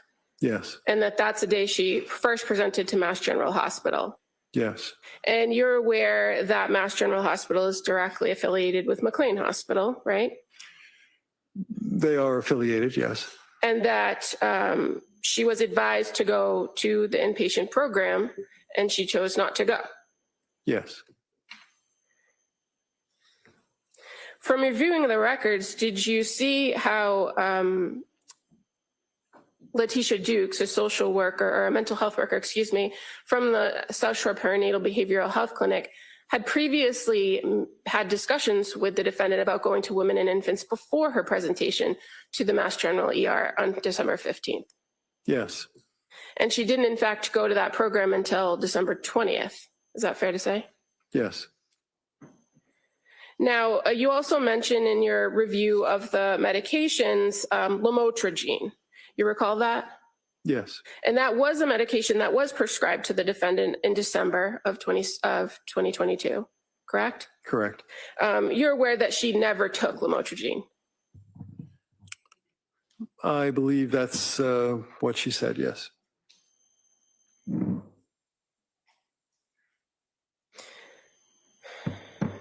Now, you also were asked, or you spoke about Seroquel. So you're familiar with the prescription or what was prescribed of the Seroquel over the period of time from November 30th through early December, correct? Yes. You've reviewed that. And so I think you testified on direct examination that the initial dose was a low dose, 25 milligrams. Correct. And you're familiar, that is a fairly common dosage, a low dose to prescribe to address some sleep issues.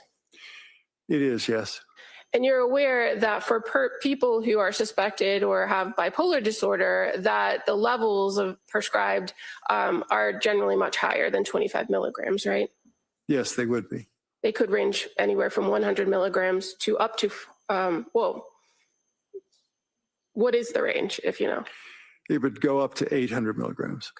And so in this circumstance, you're aware that Rebecca Gelada had suspicions about bipolar disorder, right? She mentions it as a distinct possibility, yes. And without relief, she recommends titrating or going up on the Seroquel over a period of time, right? Yes. And you settled on a number of 400, but you know from the records that that was the goal, to titrate up to 400 milligrams. Do you know if the defendant ever took 400 milligrams? I do not. And you're also aware that once the defendant started reporting having symptoms and concerns about the Seroquel, that she had requested to taper off the Seroquel, correct? Yes. And you're aware that prior to her presentation at McLean Hospital, that Rebecca Gelada actually did send in a prescription that would allow for her to taper down. Yes.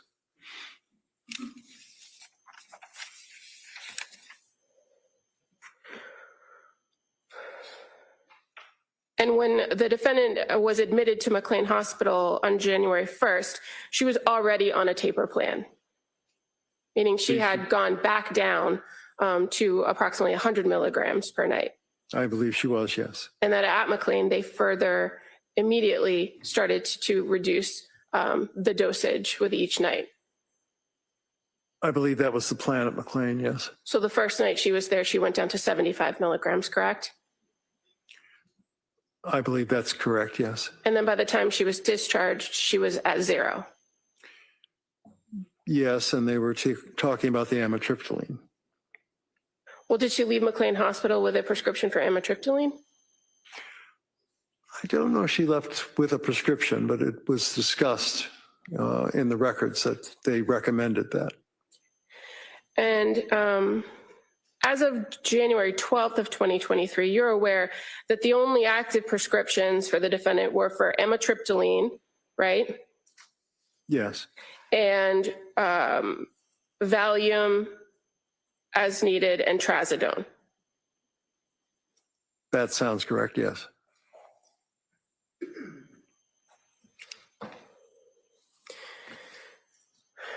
So throughout the course of your review of the records and all of the different medications that she was on from October through January, she wasn't on all the medications at the same time, correct?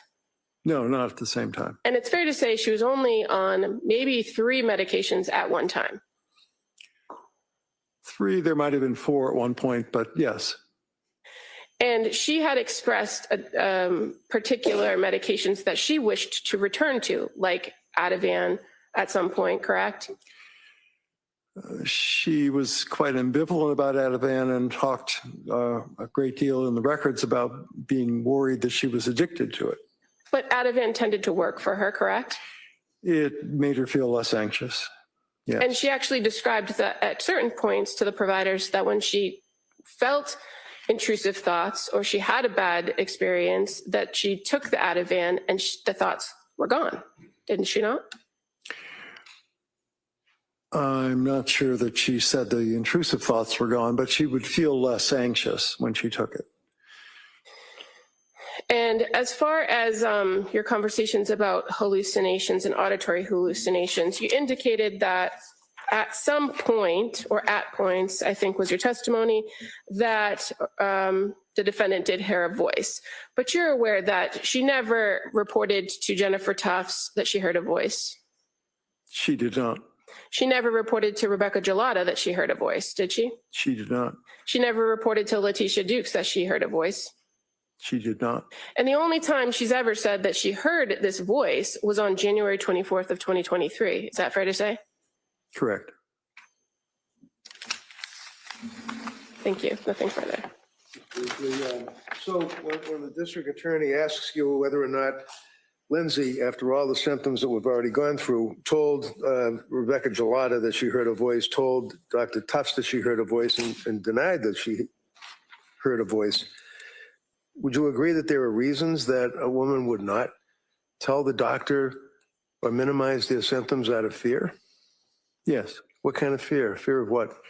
Well, in the records, it's stated that Ms. Clancy reported she was worried that her children would be taken away from her, perhaps by the Department of Children and Families, if she reported very severe symptoms.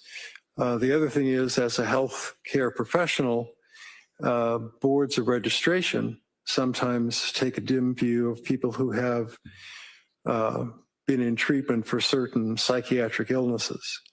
And so she might have been concerned about her nursing license, but that's speculation. So there are other reasons why a person may be concerned about telling healthcare providers, mandated reporters, that they're hearing voices, correct? Yes. Would you agree with me that you don't have to see the proverbial unicorn in the corner to your health provider to be suffering from psychosis? Yes, that's true. And can you tell us, Council was asking about the symptomology, psychosis, is that something that just grinds on for day after week after month, or is that something that comes on out of nowhere very quickly? No, overall. It can be quite episodic. What does that mean? It means that an episode can start and stop, and then an interval of time goes by. It could be days, weeks, or months, and then another episode occurs. Council asked you about bipolar disorder, the suspicions of bipolar disorder from Dr. Gelada, and then talked about the prescriptions that were prescribed. Is it, in your opinion, appropriate to prescribe a selective serotonin reuptake inhibitor to a person that is bipolar? No, overall. It would be considered something to be done cautiously and usually with a mood stabilizer begun at the same time to prevent the possibility of making manic symptoms worse. Thank you, sir. Buckingham. So just briefly, you didn't interview the defendant, did you? I did not. You don't know what she was concerned about. You're speculating. Yes.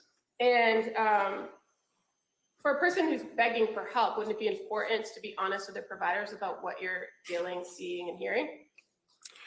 It should be, but that's not always what doctors find. Nothing further. All right, anything further? Okay, good. All right, thank you, Doctor. Let me sit down. Thank you.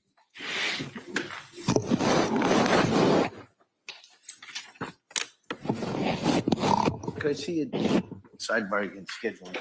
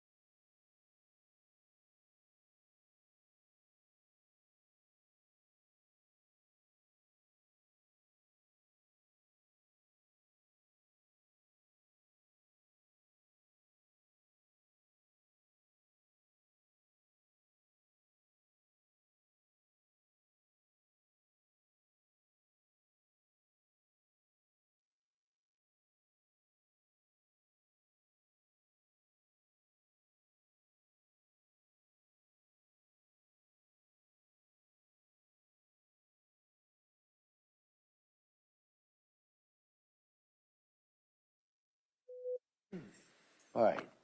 So members of the jury, what we're going to do is we're going to break at this point till 2 o'clock. All right. And much of the next longer break will be trying to resolve the technology issue that we had. And so if it's resolved, we may call one witness. If it's not, we'll call another witness. So we're going to try and get that all done during the break. So with my skills and technology, that's why we probably need a little bit longer than just the hour. So we'll in recess till 2 o'clock. We'll come back in for the next witness. Okay, thank you. All rise, please, jurors. Excellent.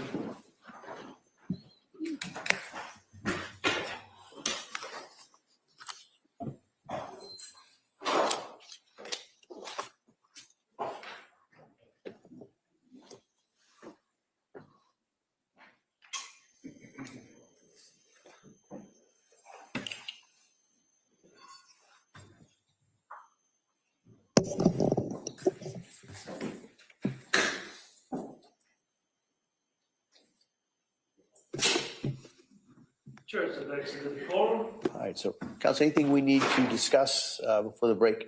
All right, so we'll come back we'll be in recess till 2:00. And we have one of two different witnesses depending on how things work out over the break. Yep, we Okay. can go all day, no All problem. right, thank you. Thank you.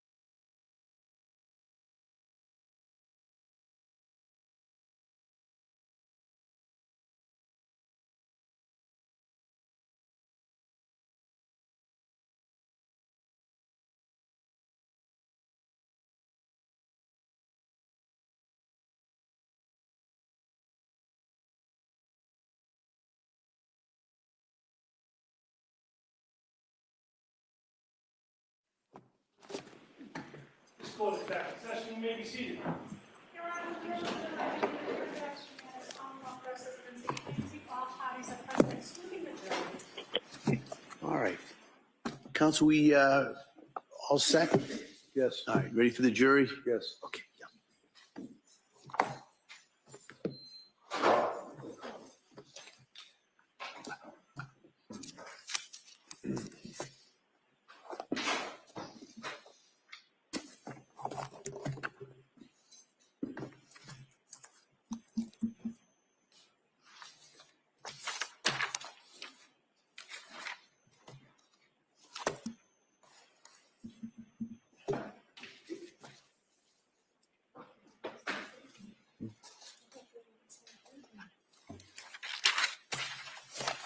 They seem to have the faith in us.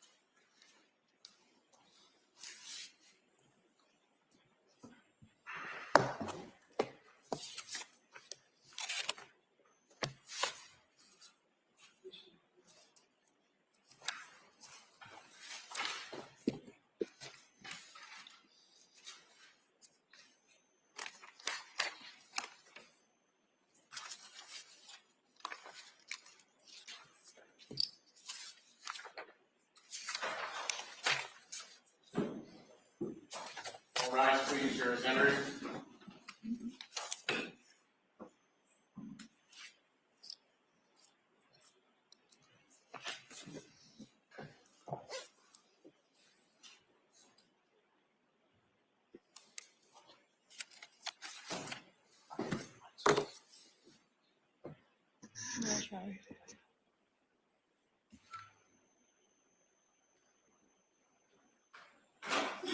Court is back in session. You may be seated. Your Honor, for the purpose of the record, we return back to the trial of Commonwealth versus Lindsay Clancy. All parties are present, including the defendant and including the 18 jurors. All right, thank you, Madam Clerk. Members of the jury, I think we got everything fixed. So thanks for your patience. The next witness that's going to testify is going to be testify either by Zoom or teleconference, as you can see.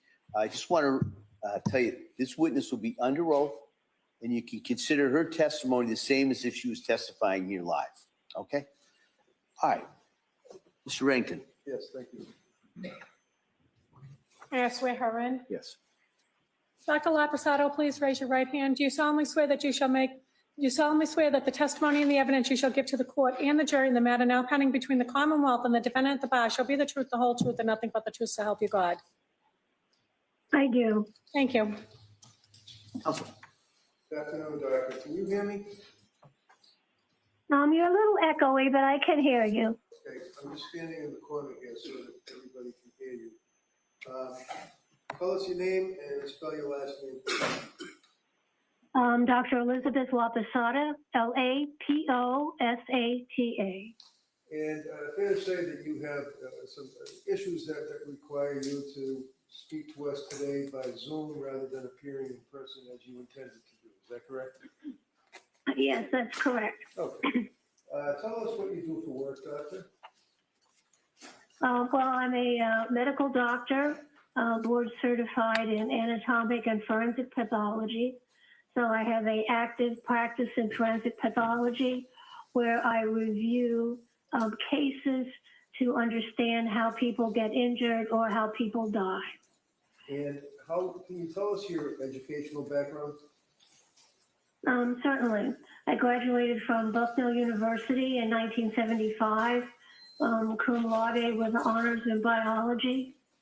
I went to University of Maryland School of Medicine, where I graduated with an MD degree in 1979. I did my 2 years internship at Johns Hopkins Hospital in anatomic pathology, which is the study of diseases of the body.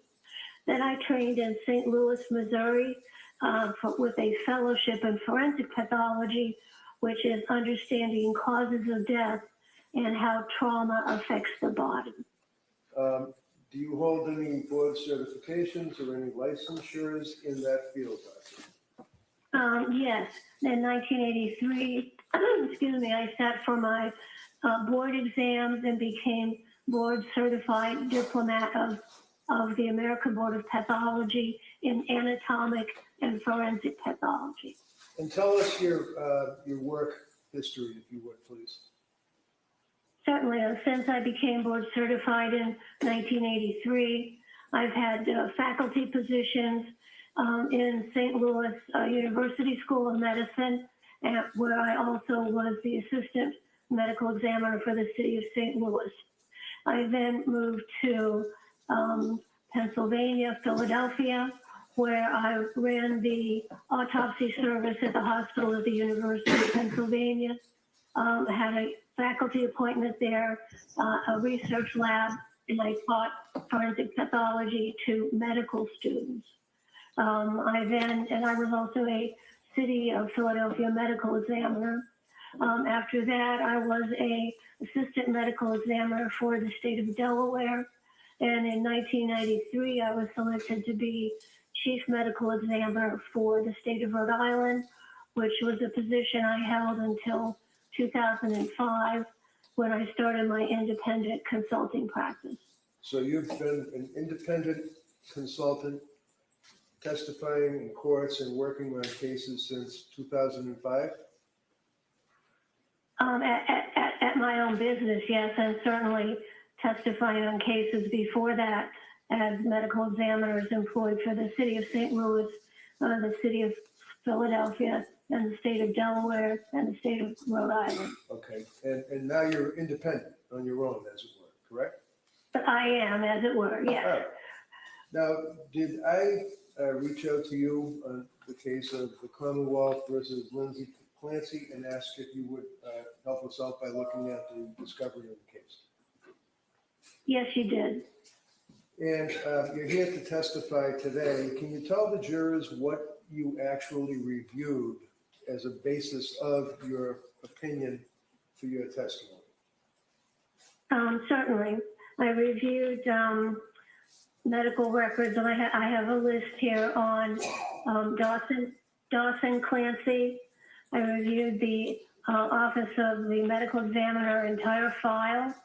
I reviewed his EMS reports, his terminal hospitalization, the Duxbury Police supplemental narrative, Duxbury Police narrative, and his pediatric South Shore healthcare medical records. Could I just interrupt you for a minute? I apologize. Sure.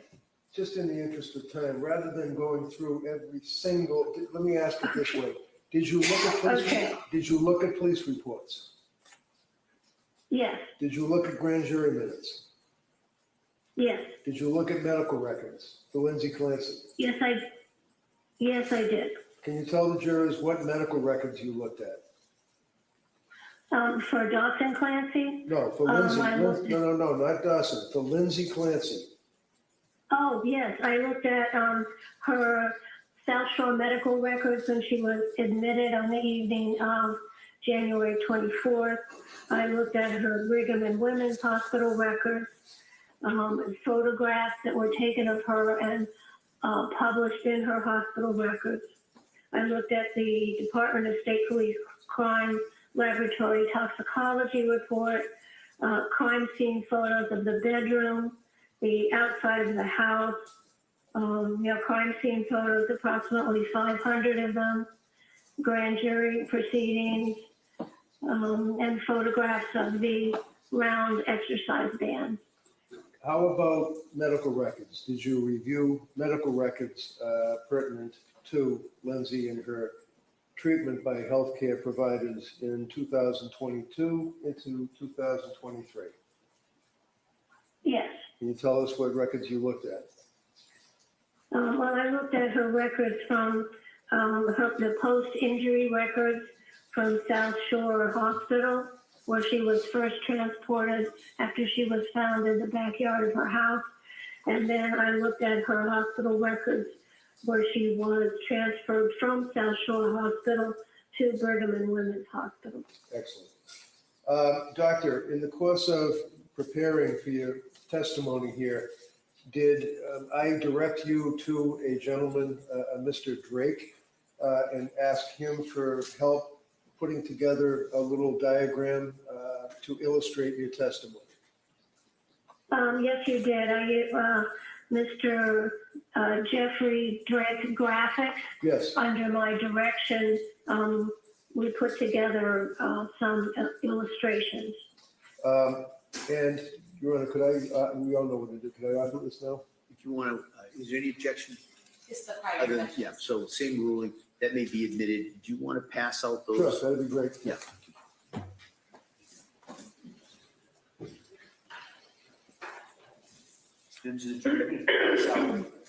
Copies of what was just introduced as an exhibit. It's just you can kind of follow along with the testimony. At the end, you can ask to pass it back to the clerks.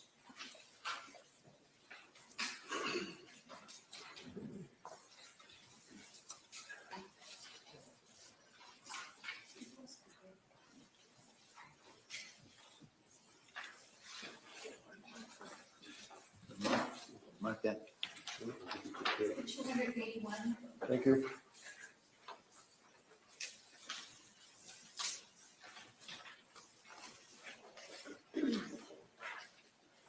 All set? Yes, I think so. Thank you. Now, Doctor, first of all, you made reference to Dawson Clancy, that you had a chance to review medical records and photographs and autopsy reports on Dawson Clancy? Yes, on Dawson, Cora, and Callan. All three, okay, three of the children. One of Yes. the questions that I have is that of the photographs, the autopsy photographs that you Franklin, were, do you want to take that? It might be just kind of confusing that that's better. Then we can go back, we get back to the chart, we can do that. Okay, thank you. thank you. The autopsy photographs, did you have a chance to review those, Doctor? Yes, I did. And in your extensive experience, have you had a chance to see autopsy photographs of young children, infants, adults, people being examined prior to an autopsy and of course during an autopsy? Oh, yes, many, many, many. Now, my question simply is, did you notice on the autopsy photographs of the children what, let's say, have been referred to as bruises to this jury? Have you seen, are you aware of that testimony? Yes, there were bruises consistent with active children jumping and running. And how about medical treatment and procedure? Did you make any observations, in your opinion, to a reasonable degree of medical certainty as to the cause? For example, on the infant's head, bruising on the head, what appears to be bruising. Yes, on Callan, when he was in the hospital, and there are even photographs of him in the hospital, he had EKG or EEG, electroencephalogram, monitoring devices attached to his head so the doctors could follow his brain waves. And they are little round cup-like things, and so where they were attached, actually on both sides of his head, they did leave a small little brown kind of parallel mark, little lines there that were from medical treatment for monitoring his brain waves. He also had many puncture wounds and evidence of medical treatment in that way. And did you also notice that there would appear to be on occasion fluid that might be mistaken for a bruise? That's possible, yes. If there is some liquid fluid that's a little blood tinged, you could see it on the surface of the skin, and it would be something you could wipe off. So, for example, doctor, to a reasonable degree of medical certainty on the photographs of the infant that show what you say were the couplet marks on the area of the skull, they don't come from anybody squeezing, beating, pushing, or causing any injury to that child, in your opinion. Is that correct? No, absolutely not, no. Doctor, you also had a chance to review the medical records of Lindsay Clancy when she went to the South Shore Hospital and then subsequently went to the Brigham and Women's Hospital. Is that correct? Yes, that's correct. And you don't have to get into detail. We've heard it a number of times, but there were injuries to her left wrist, her right wrist, her neck. Is that correct? Yes, there were sharp force injuries to those areas. And in your practice as a pathologist, have you had occasion over the years and over the many cases that you have had involvement with to observe self-inflicted wounds to a person's wrist or their neck in the course of a suicide attempt? Many times. And can you tell the jury, to your opinion, to a reasonable degree of medical certainty, as to the nature of these injuries, and are they consistent with somebody trying, in your opinion, trying to kill themselves? Sustained. So you would agree that there's an injury to the left wrist, injury to the right wrist, that's a sharp incised wound, is that correct? Yes, they're cutting type wounds made by a sharp object such as a knife. Okay. And how about the neck? Did that penetrate the fascia, or did that penetrate the skin? To what degree? Yes, there were also linear, superficial incised wounds to her neck, and there were several of them, and one or two of them went deeper. There was bleeding also from the wounds on her wrist, and there were numerous attempts at cutting the skin, which we call hesitation marks, which are a classic finding in suicide attempts. And those incisions did cut in through the skin and cut blood vessels that were under the skin. And you can also tell from looking at the photos of Lindsay taken in the hospital when she was first admitted, and also when the photograph of the bedroom, her bedroom, you could see there was significant bloodshed event from those cutting injuries. Now, did she also sustain an injury to her neck from your review of the medical records? Yes. Can you tell us what type of injury, and if we could, and if it assists the jury with you, you can make reference to the pages of the little report and the diagrams, page 4, 5, and 6, and tell us what we're looking at. Okay, let's see. So are we ready to look at number 4? Sure, yep, start off with 4. Okay. So Just so that what I we- think that's the first page that you have, so just. yes, that's right. Yes, page 4 is actually page 1. Yes, so what we have here is to show you how Lindsay was injured. And I got this from the scene photographs, from all her medical history, and my knowledge and training, understanding how injuries happen to the body. So if we look at the left-hand side of this panel, we see a depiction of the back side of the house, and the top window on the second floor is open. That's where she would have put her palms down on the windowsill and put her head out and precipitated down to fall on the hard frozen ground.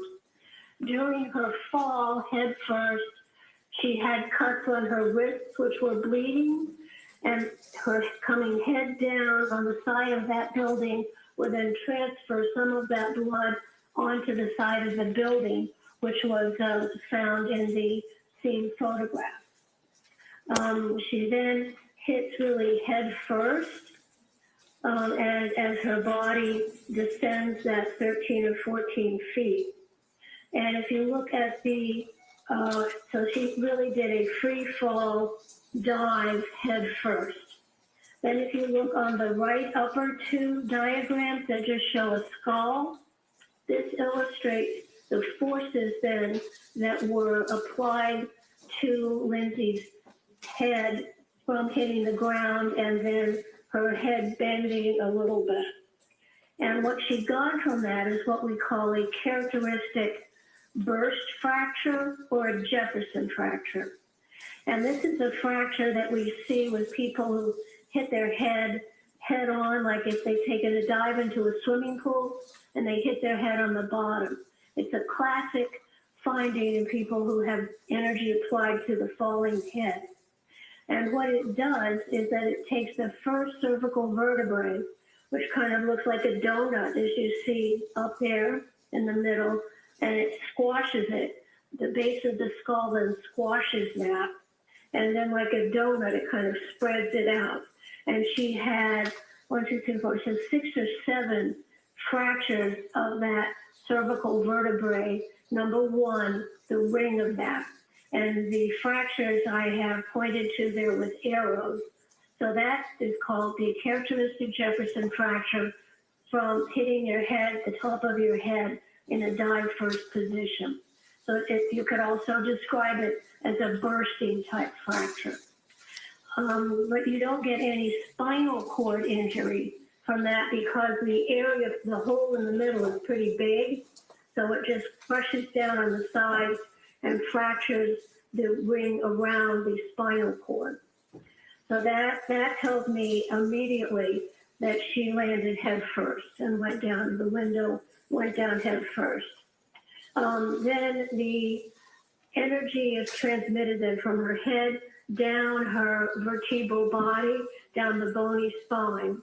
And that then fractured and compressed C1, the lower right-hand panel there, puts that cervical vertebral body in the context of the rest of her skeleton. The left upper hand, we see her jaw, and then the C1 is pointed out there, and there are little springs there to indicate they were squished and compressed together and fractured. Now, looking at the next page, which would be 5, does that assist us in looking at the illustration of the injury to the spine?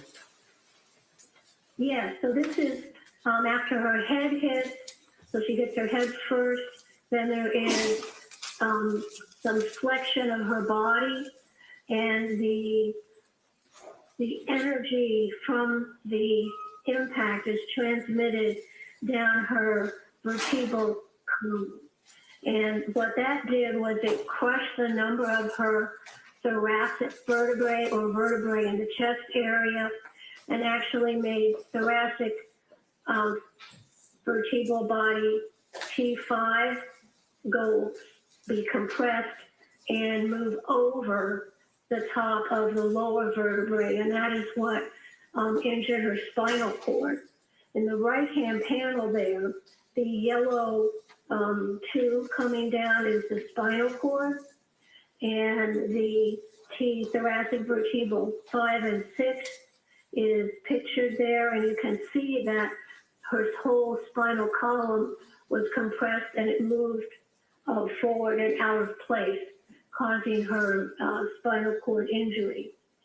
There were also injuries that are indicated by little red stars there, and those are fractures of the transverse processes of the cervical vertebrae. So when they were compressed, the areas where the joints are between the vertebrae were compressed and fractured those transverse processes. So she had a bending injury, and she also had a right posterior rib injury. You can see on the left-hand panel, her shoulders are also hitting the ground, and that caused a fracture of the right first rib in the back, and the flexion of her neck also damaged her thyroid gland and some of her voice box cartilages. And if we look at panel page 6, can you tell us what we're looking at there? Yes, this is the final resting position of Lindsay's body. It's documenting all the materials I reviewed that are on the left-hand side. So she is lying down on hard, frozen ground. Her clothing is wet. She has on indoor clothing. The time that this occurred, it was dark and no sun. The temperature was in the low 30s. So she is going to be at risk of her body temperature going down, lying on that cold ground. In addition to, now that her thoracic chest spine is fractured, that has totally disrupted the thermal regulation of the bottom half of her body. So she is going to lose heat from the lower half of her body and to approach ambient temperature. So there she is lying there on the ground. Then if we go to the right side of that, this is a scene photograph showing the area where Lindsay's body landed. You can see on the right at the base area, there is some medical debris from the EMS emergency treatment.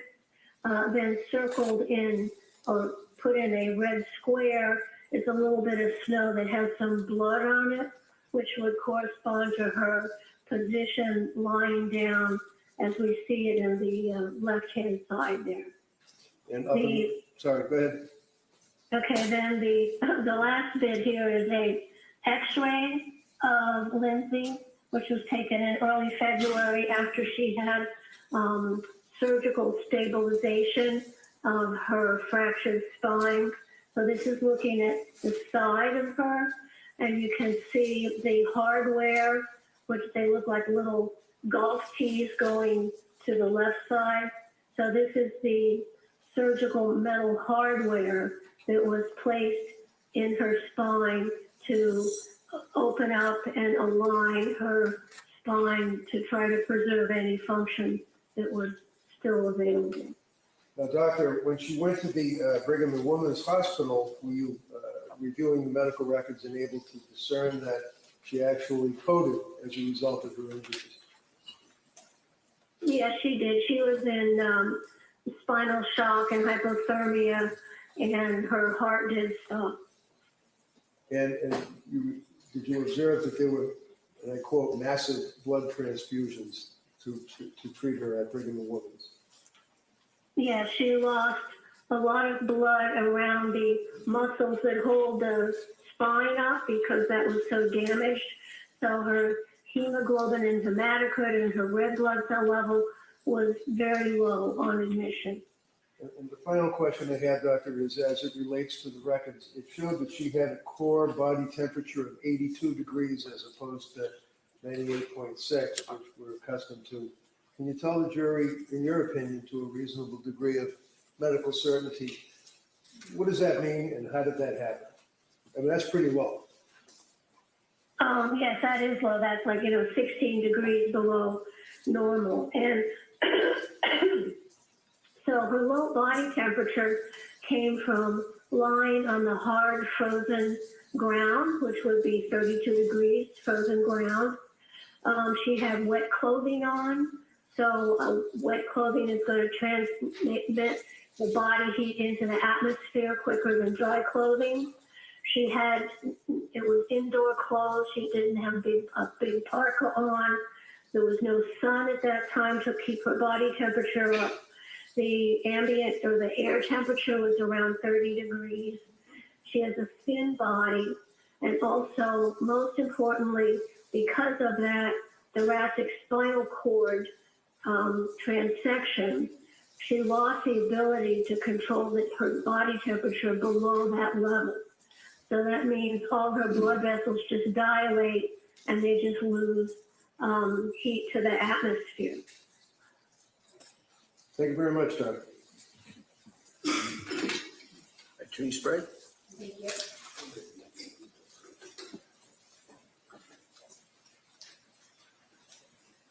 Dr. Luckasad, Yes. you were head of the Rhode Island Office of the Chief Medical Examiner when it was cited for 10 violations and unsafe conditions, correct? Yes, the unsafe condition was a light bulb out in a hallway, a computer in a hallway, and a few other minor things. I was very happy to have the safety inspection. Right, those were the unsafe conditions, but there were also 10 other violations, correct? They were minimal. I don't recall now. It was 20 years ago. You didn't treat Ms. Clancy, correct? Correct. And you didn't examine her yourself, correct? Correct. Now, you talked about a Jefferson fracture and, or a C1 burst fracture and how it can be from hitting the top of your head, correct? Yes. Isn't it also true that you can sustain a burst fracture by hitting the back of your head or the top of your shoulders as well? No. You say that she fell from 13 feet from the windowsill onto her head, the top of her head, correct? Onto the frozen ground? Yes. And you're saying that she fell with such force that she burst her C1 vertebrae and then broke other vertebrae in her back and broke ribs, correct? Yes, just the force of a free falling body. Yes. Okay, but she had no injuries to her head, correct? I'm sure she had bruising to her scalp under her hair. You're sure? She did not have a skull fracture. Right, she didn't have a skull fracture, correct? Yes. She didn't have any cuts or things that needed sutures, correct? Well, she needed sutures in the cutting wounds on her wrist. Well, we're talking about her head right now. She didn't need any sutures on her head, correct? Correct. She didn't have any large dents in her head, correct? Large dents? What do you mean? From hitting the frozen ground head first, there were no dents or bumps or sutures required on her head, correct?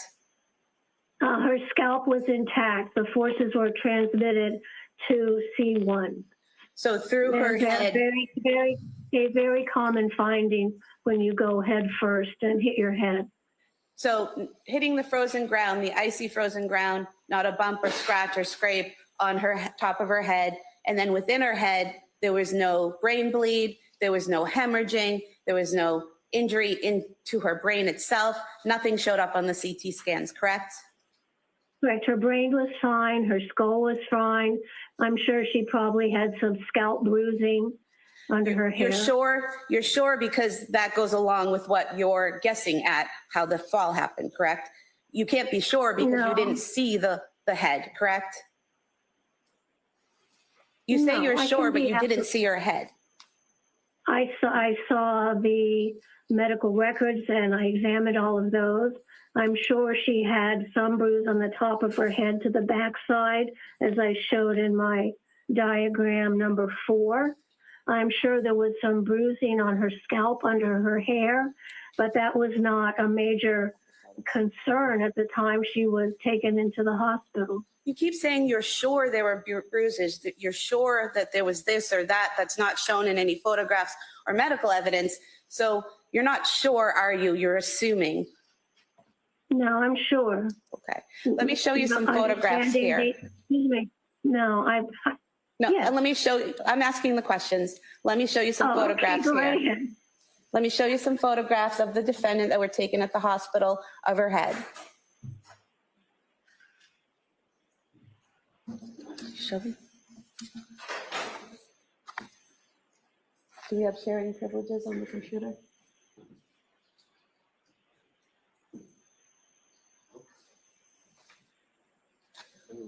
Whatever you want, we'll do it.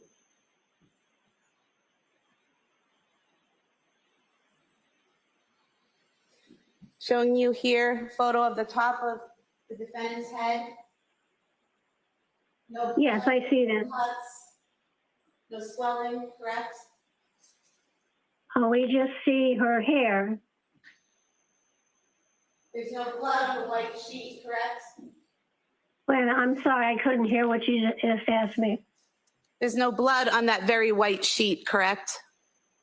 Well, I don't see what's under her head, but that's not relevant to understanding that she did fall head first. Okay, so you're saying she fell head first from 13 feet onto hard frozen ground and had no visible injuries to the exterior of her head. Yes. And I'm you're sure saying that there was she- excuse me, I'm It was a sure yes there or no was some question, bruise. Doctor. Listen, hold on. Doctor, listen to the question, answer the question, and then we'll just go from there. Go ahead. Ms. Sprague, if Okay. you want, Ms. Thank Sprague, if you want to you. re-ask that question. Doctor, yes or no, she fell to the ground, frozen ground, and then had no apparent injury to the exterior of her head, correct? Correct. As we And see there. she fell head first to the frozen ground and not with enough force to break several vertebrae in her ribs, but did not have a skull fracture, a brain bleed, or anything else, any other type of injury to her head, correct? That's absolutely correct.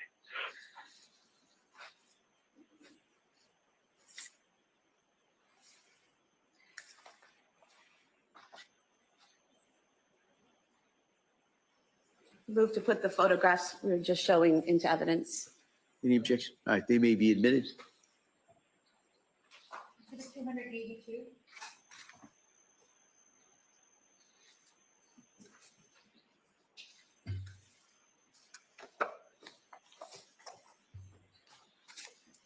Doctor, in your report that you provided to defense counsel, you also talked about the strangulation of the children, correct?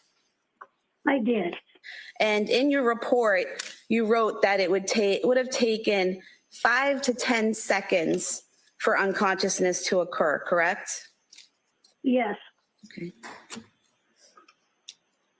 Now, do you recall testifying previously in state of Rhode Island versus Kimberly Fry, case number W1/2010-0413A? Do you recall testifying previously in that case? No, I don't. Let me refresh your memory. It was a woman who had killed her 8-year-old daughter by asphyxia, and you testified. Oh, yes, she started manual strangulation, yes. Yeah, so ring a bell? Yes. Okay. And so you testified back in 2011 in that case, and you were asked if you have a very complete compression, strike that. You were asked, unconsciousness due to oxygenation can occur within 10 to 20 seconds. And you said if you have a very complete compression of the blood vessels of the neck, you can become unconscious within 10 to 20 seconds. And then you were asked, I'm just saying hypothetically, just strangulation alone is 10 to 20 seconds. And you said, if it is effectively and continuously applied, like in a lateral vascular neck restraint, most times there's a struggle going on, so you can't quite get that. So in that case there, you didn't testify that it was 5 to 10 seconds. You testified that it was 10 to 20 seconds, and that if there's any struggling, it could be longer, correct? Yes, but that case was. Well, that was a different. yes or no question. It's not a yes or no question. All right, Defense can follow up. hold on. She's answered the question, and then we'll have a redirect if counsel would like to. Well, I don't remember Hold on, what Doctor. I said. Why don't you, I'm Doctor, sorry. wait for a question. You were also asked Okay. in that same trial, doctor, the question put to you in that trial was, but once that unconsciousness set in, you agree with me that there had to have been a consistent application of pressure, either suffocation, strangulation, or compressions of the chest for 2 to 3 more minutes continuously while the child was unconscious, correct? And you answered, I think that's a fair statement. And the question was, you said that before yourself, correct? And you answered yes. And then the question was, I'm asking your opinion. And you said, the question was, after Camden became unconscious, after 2 to 3 minutes of continuous application of one of those 3, and you answered correct. Is that right? I have no memory of that. I'm sure you're reading it correctly. Well, you have memory of your medical knowledge, correct? Sure, I have memory of my medical knowledge. And so at that point in time, in 2011, you testified that you would have to strangle someone 10 to 20 seconds at least to unconsciousness, and then you would have to continue to strangle them for 2 to 3 minutes for death to occur. And you said correct. Is that still your medical knowledge? That's a different case. That was not ligature, that was a manual. So either way, you're talking about the compression of the neck causing a loss of oxygen and blood, correct? I'll allow this question. Go ahead. Yeah, there are many ways that can occur, and the way the pressure is applied is very important in understanding how long it takes to become unconscious. These are the children here were the victims of what we call ligature strangulation. The Fry case that it's coming back to me a little now, that was a manual strangulation and also a body compression, which is a totally different type of asphyxia. I mean, you were asked about that in that case, and you were asked, but once unconsciousness has set in, you agree with me that there has to be consistent application of pressure, either suffocation, strangulation, or compressions for 2 to 3 minutes more, and you answered correct. So not all three, you said either one of those could cause death after 3 minutes, correct? Questions? Yeah, just if you could rephrase that question. You were asked, but once unconsciousness set in, you agree with me that there had to have been consistent application of pressure, either suffocation, strangulation, or compressions of the chest for 2 to 3 minutes more continuously while they're unconscious. And you said, I think that's a fair statement. So that's what you said, correct? No, yes, in order to become dead, brain dead, you need the physiology is that you become unconscious within 5 to 10 seconds, and then you're unconscious, but that's not dead. Then that continued constriction of the blood flow has to be still continuously applied for the brain to die. Correct. So that is what happens, and that's what happened to the Clancy children. The ligatures were wrapped around, they went unconscious in 5 to 10, maybe 20 seconds, probably less than 20 seconds because it was a ligature, not a manual strangulation. So it was immediately compressed, unconsciousness within 10 seconds, and then death within 5 to 10 minutes after that. with continuous pressure, Yes, pressure around the neck. Yes, because this is a ligature strangulation, Thank you. not manual. Okay, so when you're talking about ligature strangulation as opposed to manual strangulation, tell us in your mind what that means. Well, they're very, very different. Manual strangulation means that somebody's used their hand and they've pressed either side of the neck. Okay, that the hand is manual strangulation. Strangulation means that you have stopped the blood flow that comes out of your brain, and the carotid artery continues to pump oxygenated blood into your brain, but it can't drain out through the jugular veins. So with continuous pressure, then the blood can't get in because it can't flow out. It's kind of like stopping up a pipe.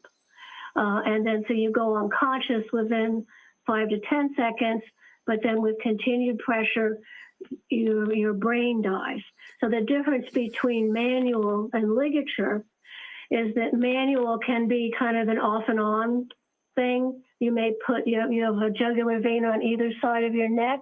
So if you're using a hand, you might compress one greater than the other. You might let go. The person that you're trying to strangle may struggle and remove your hand a little bit.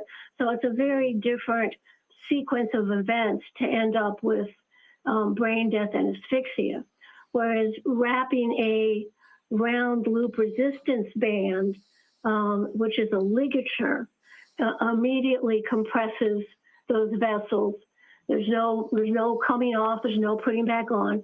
So it's a very complete, one-time, immediate, non-varying compression with those exercise bands ligature, which causes unconsciousness effectively within 4 to 10 seconds. And in reference to the manual strangulation, where generally somebody would use their hands and perhaps press with their thumbs, that has a very common, that you see many times, fracture of what's called the hyoid bone, correct? Yes, that can happen. Absolutely. A little U-shaped bone up underneath the jaw. So they both cause brain death from lack of oxygen to the brain. But the way they get there, that's leading up to that, is a totally different pathophysiologic process.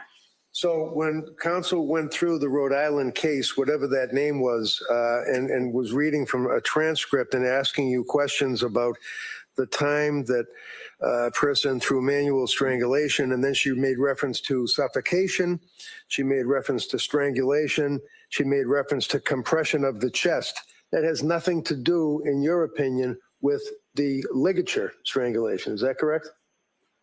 It's a totally different mechanism of injury. Thank you. Sprague. Doctor, as you said a few moments ago, the ligature causes unconsciousness, and then the pressure has to continuously be applied for several minutes to cause death, correct? Yes. Thank you. All right. Anything further? One other question. On the ligature, doctor, and we discussed this, is the ligature, does that require a person to stand over the body and continuously apply pressure to the ligature, or walk away leaving the ligature? No, in this case, these were elastic round loops that were put around, somewhat tightly, pinching the skin. You could see little lines where the skin was pinched, and it just stays there. So it's compression of those tubular veins, staying there, and then death occurs minutes later. Thank you. Doctor, did you see these exercise bands? Yes, And you know that they're one long line with a handle on each end, correct? right, and they're round, they're a cylinder. Right, They're and not like a flat band. And you know they were wrapped around each child's neck and pulled to strangle them, correct? Well, they were wrapped several times, firmly enough around the neck to close off the jugular veins. And you're not aware, there's been no testimony, no evidence, nothing showing that they were knotted and left there, correct? Uh-oh. They weren't tied in a knot and left around their necks, according to any of the evidence, correct? The important part to me was they were wrapped several times, and then whether it had a bow or a knot would not really be important. It was secure and wrapped around the neck several times. Yeah, I can tell that from the appearance of the skin on the neck.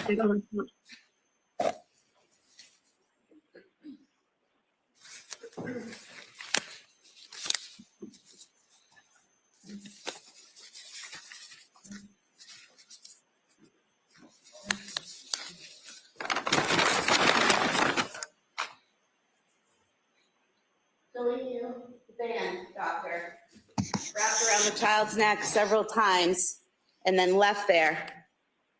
I guess you can't see it from where you are, but it just fell Well, apart. It didn't stay in a circle. Yeah, I sort of saw what you did, so What was that? I said, I saw that. You saw it. So it was left there and it fell apart, correct? Yeah, what you just did, sure. Yeah. Thank you. All right. All right. Thank you, doctor. All right. Oh, thank you, Your Honor. Can I see you just for a second?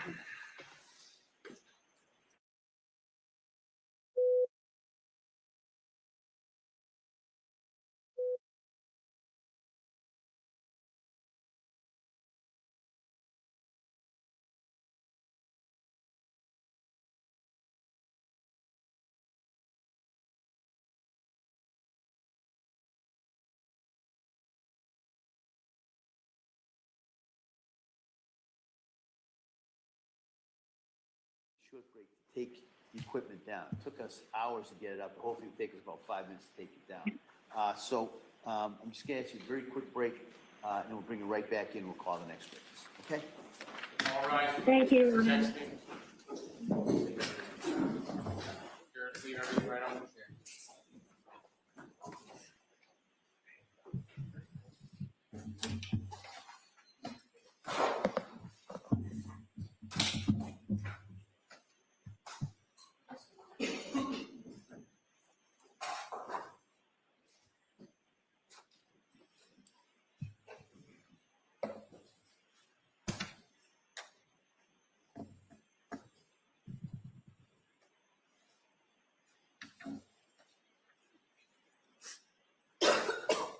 Members of excellent quorum, this court's in session, please be seated. So we'll be in, I know we always say it, but we'll be in a short recess. Come soon as we can get the equipment down, we'll come right back out. We'll take the next witness. Okay? Thank you. Goodbye.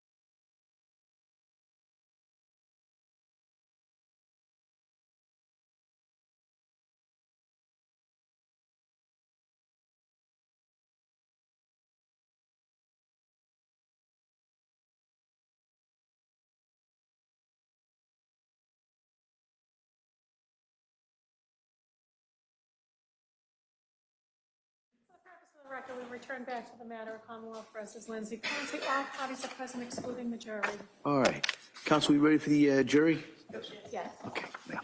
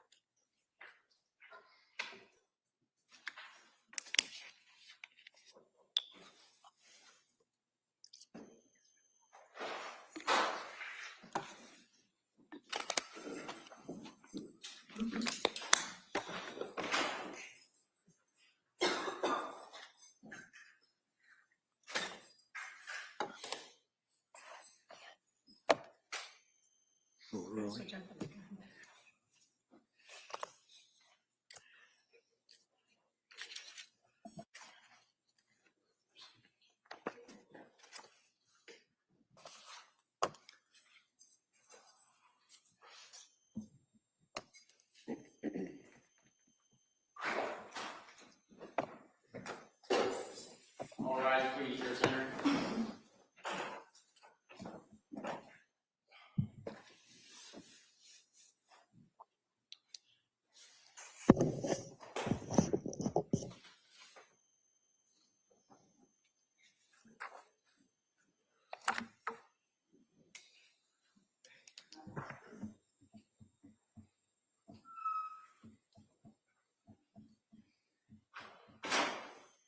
Court is back in session. You may be seated. Your Honor, for the purpose of the record, we return back to the trial of Commonwealth versus Lindsay Clancy. All parties are present excluding the defendant and including the 18 jurors. All right. Attorney Reddington. Thank you. Call Dr. Paul Zizell, please.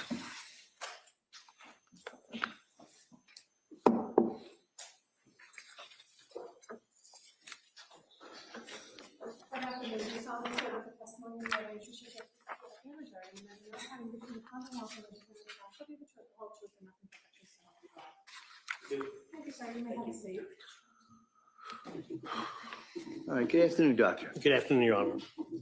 Mr. Reddington. Thank you, Judge. Good afternoon. Tell us your name and spell your last name for the record, please. Good afternoon. Paul Zizell, Zeizel. And what do you do for work, sir? I'm a clinical and forensic psychologist. And briefly, what's the difference between a psychiatrist and a psychologist? A psychiatrist goes to 4 years of medical school and does a residency in a specific field in medicine. A psychologist goes to graduate school, generally 4 years, and gets a PhD or a PsyD, a Doctor of Psychology, in psychology. The difference in terms of clinical practice, psychologists are trained very extensively in counseling, testing, interpretation of testing, and that then continues to various treatment modalities, working with children, adolescents, couples, families, and it can extend beyond that. Neuropsych testing, issues of guardianship, child custody cases, and there are many variants in that. So psychologists are in the domain of treatment, testing, and evaluation of mental health conditions. Can psychologists prescribe medication? Generally, no, but the Department of Defense will allow psychologists in the military and overseas to sometimes prescribe medication, but 99% of psychologists do not have prescription privileges. As far as the testing that you referenced, what is it you referring to regarding testing? So there's testing across various domains. If a person comes in with, let's say, concerns about intellectual functioning for a child, they would have a perhaps school psychologist or educational psychologist who would do testing on cognitive levels of functioning, or neuropsych testing, or testing that deals with issues of ADD, attention deficit disorder, or ADHD, attention deficit hyperactivity disorder. There's other testing that would include, for example, forensic testing. That's the integration of mental health and the law. That requires a psychologist to know about the different types of forensic testing issues that might be there. So this would often be things that would be pertaining to deception, malingering, personality assessment, and sometimes sociopathy, or what's known in the DSM-5 TR, which you've heard about, antisocial personality disorder. In addition, as I briefly mentioned, guardianship, conservatorship, custody issues with parenting, risk assessments for certain jobs that individuals might have, working for government and top secret positions, police officers, military as well. So, for example, some of the testing, what is the MMPI? So, yes, it's called the Minnesota Multiphasic Personality Inventory, and there are various iterations. There's MMPI 3, there's the RF. Some are focused on forensic assessment. It is a test that is been around since the 1940s, that was originally used to determine a sample size of white men going into the military who would be good leaders. Today, the sample is based on a much more diversified population, including women and different racial ethnicities, and it's divided into two parts.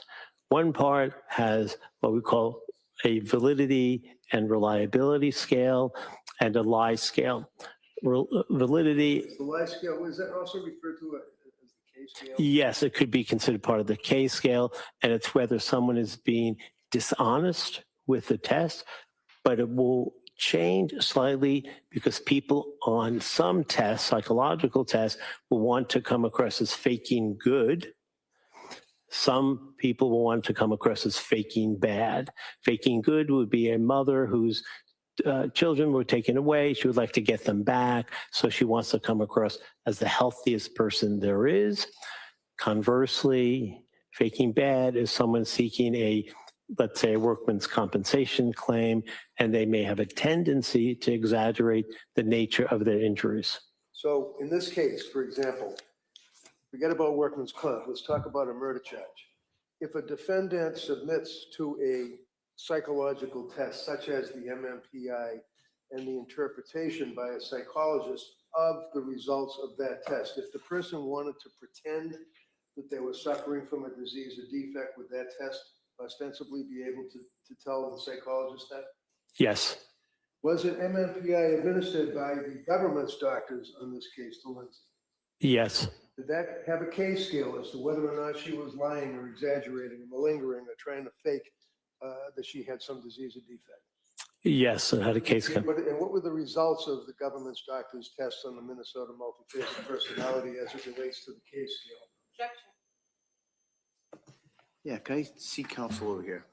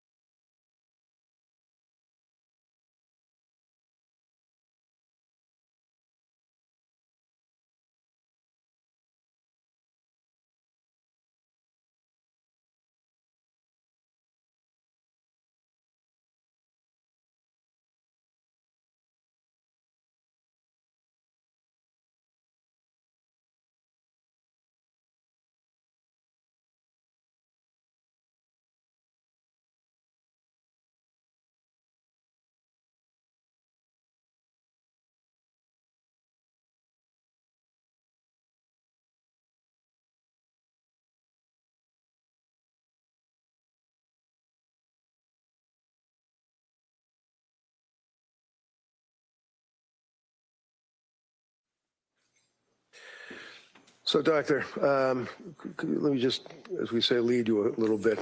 Yes or no answers would be fine. Were you aware that a test was administered by the government's doctor, I think it was Dr. Helbrin, to Lindsay Clancy in the course of the government's evaluation? Yes. And did you consider the results of and the interpretation of that test as part of your opinion for this jury? Yes. And to that extent, as you discuss whether or not somebody is faking or somebody is exaggerating, do you have an opinion based upon your review of the discovery in the case to a reasonable degree of medical certainty as to whether or not Lindsay Clancy, in the course of that evaluation, was malingering or lying or exaggerating? Yes, I do. Tell the jury. My opinion in the testing of Ms. Clancy regarding the MMPI was that Objection. Just the doctor, your opinion, doctor. she was not faking. There was no evidence of any malingering. She presented as an honest citizen. Okay. Now, regarding your background, I may have jumped the gun. Tell us briefly what your educational background is. I have a bachelor's degree from Queens College.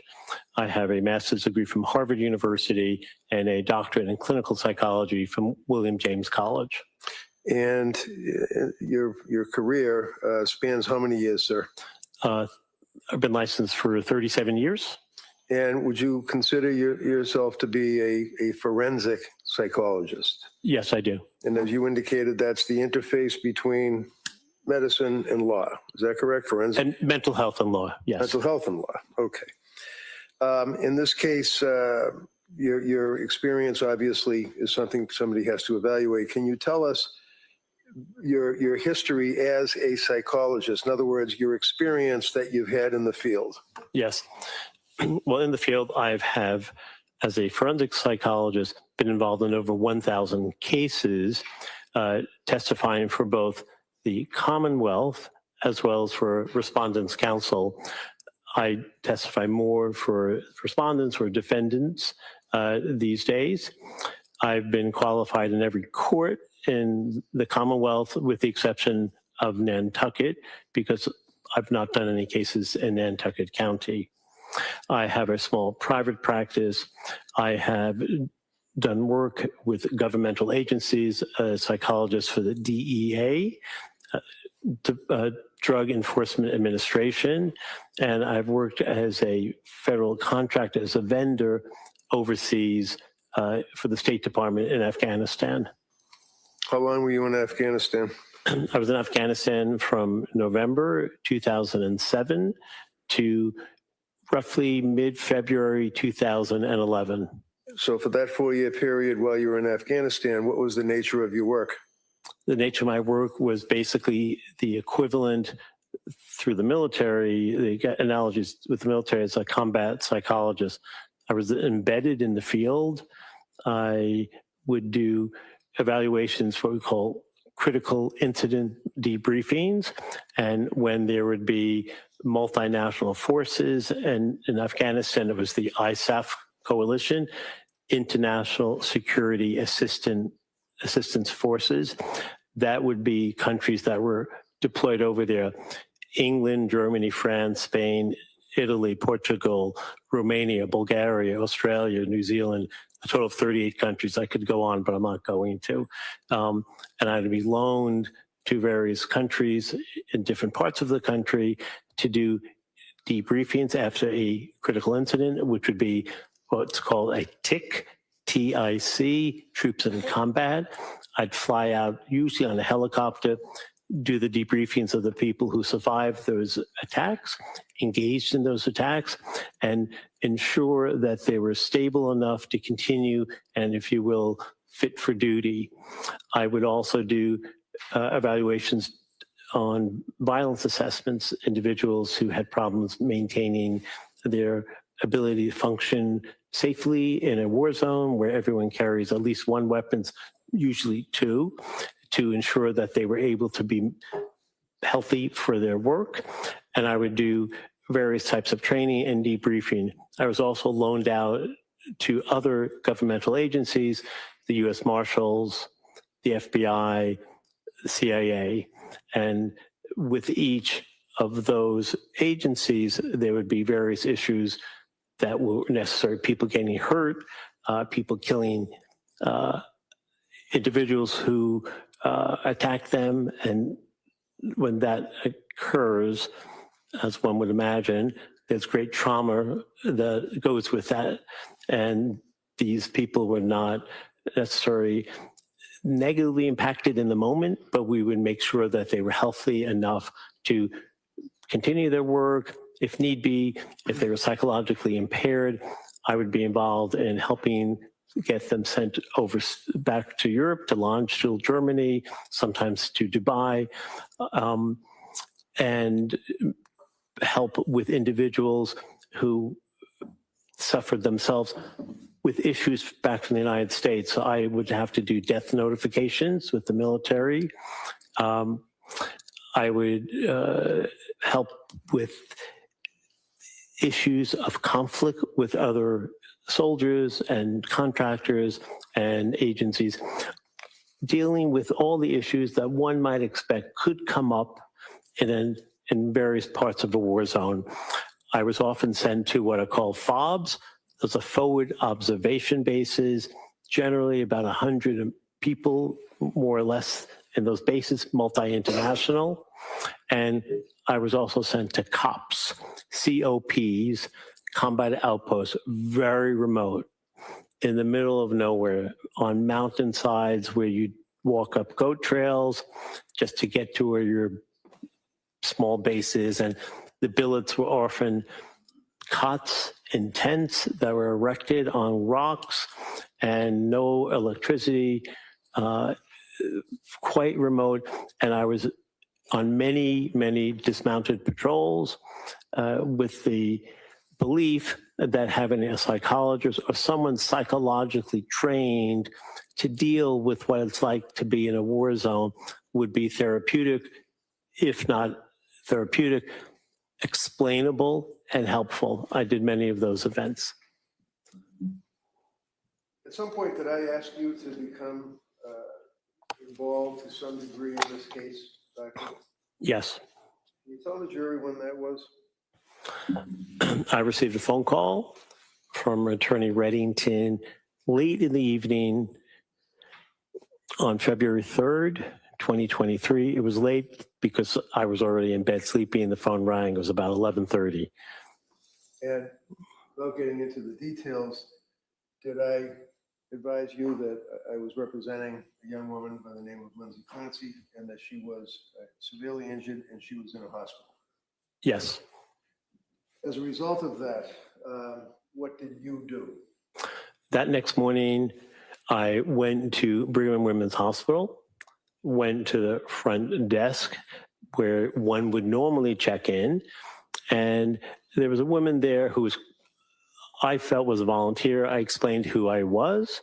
I explained that I was asked by Attorney Reddington to evaluate Ms. Clancy on the surgical ICU unit. Were you able to access her to speak to her? Eventually, yes. And when you say eventually, what's the time frame we're talking?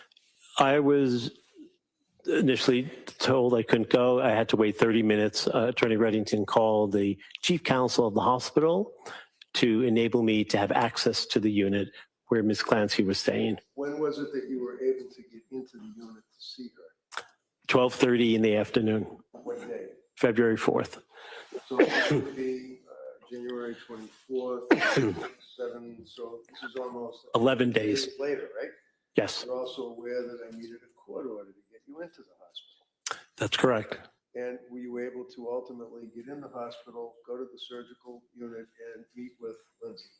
Yes, Jurors have had a chance to look at photographs of her laying in the bed with tubes and wires and all of that. Is that what she looked like when you first saw her? yes. However, she was also, with her right arm, as I recall, shackled to the bed with handcuffs. So they're not little soft little things that tie her hands to the side of the bed, but they're handcuffs?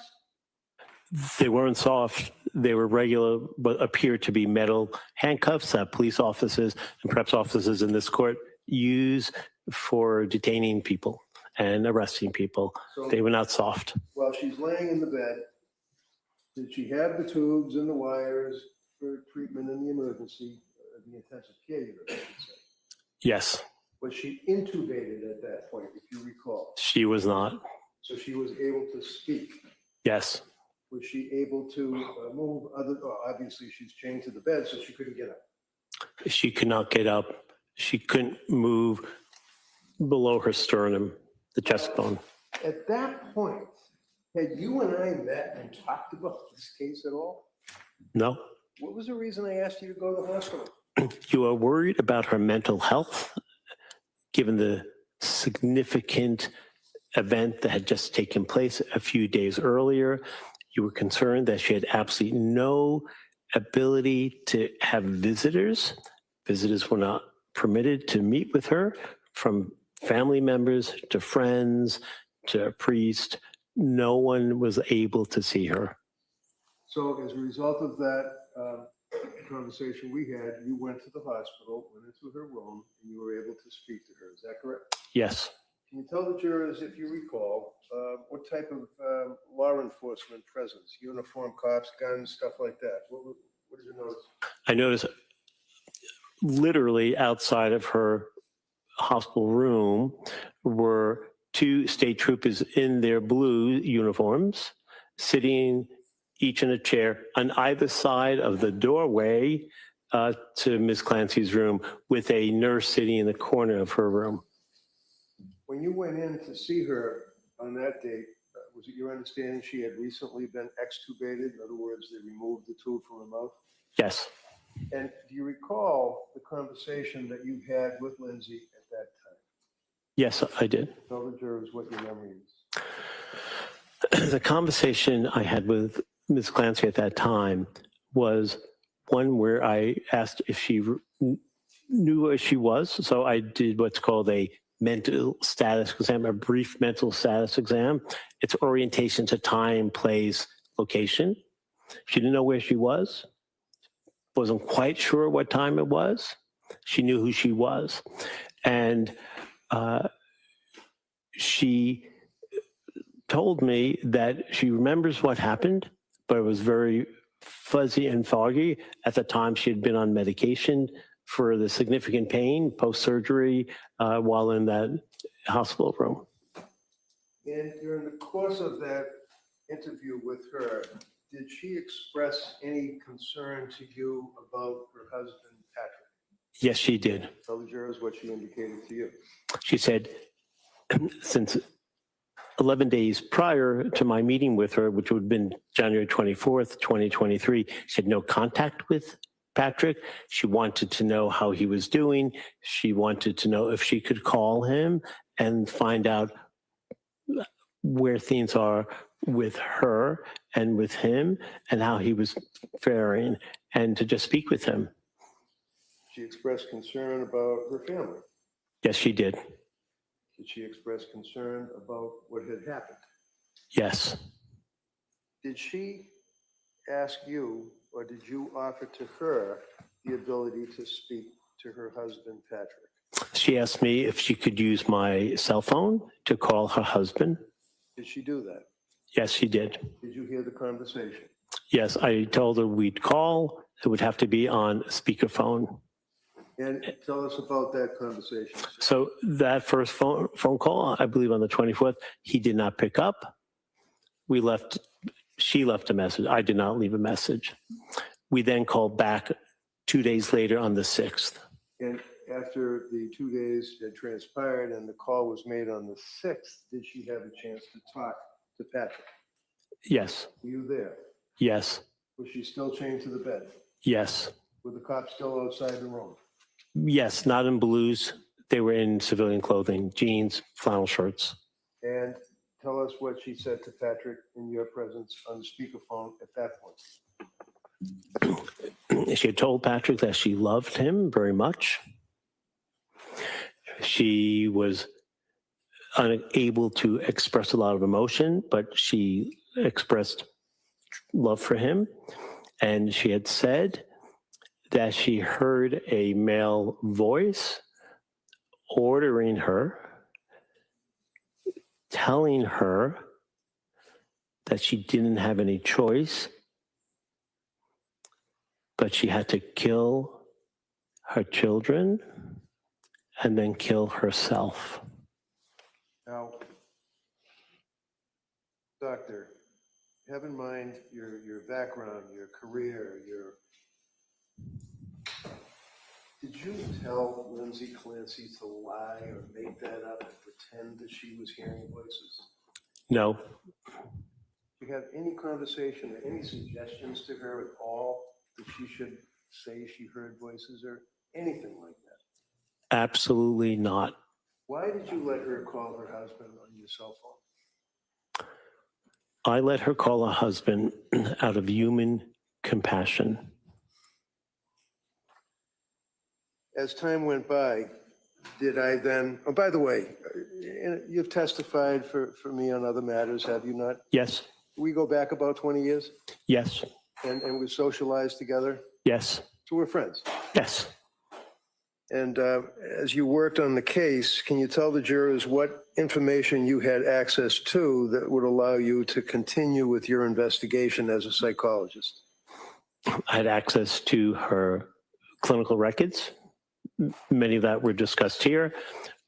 Emergency room records, grand jury minutes. With the longitudinal nature of my evaluation, I had records from Brigham and Women's, South Shore, Spalding Hospital, and most recently, Tewksbury Hospital, which go back to, I believe, March 27th or so, 2023 till today. How many times have you seen Lindsay since that day in January of 24? So I've met with 2023. I've met with Ms. Clancy over 45 times since then. And that was at the writing and the issuance of my report to Attorney Reddington. That was in the middle of June. And I've seen Ms. Clancy since then 20 times probably, or 15, inclusive of being in this courtroom and sometimes meeting with her in the holding unit. And you've had occasion to visit with her in Tewksbury Hospital many, many of those times, right? Yes, And you've had occasion to visit with her in the lockup to this courthouse, correct? yes, And she's been treated very well by everybody, the court officers, everybody, is that correct? Objection. All of this. Yeah, sustained. Well, you've had a chance to see her in the lockup, right? yes. Why would No, overruled. you see her in the lockup? I would see Lindsay Clancy in lockup because the nature of presentation in this court has been gut-wrenching for anyone who would be exposed to such horrific. Objection and move to strike. It's not responsive to the question. All right, can I see counsel again? I'll withdraw it. Let me All right, so that answer, please, Jill, that answer is stricken. Okay. In Tewksbury Hospital, have you had to see her to evaluate her in addition to your testimony for a jury? Yes, Why? because the nature of mental health is something that's not a static or what we consider historical piece of information. Static information means a date of birth. That's never going to change. Dynamic issues are things that are subject to change, like the weather, like your health, like your mood. So to do an evaluation for a case that Ms. Clancy's involved in, which is a triple homicide case, requires an examiner to ensure that she's competent to stand trial and that her mental health is stable enough to be able to go forward with court proceedings.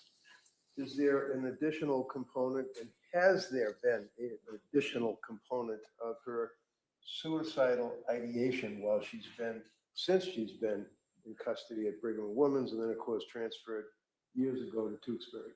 Objection. Approach. Can I see counsel?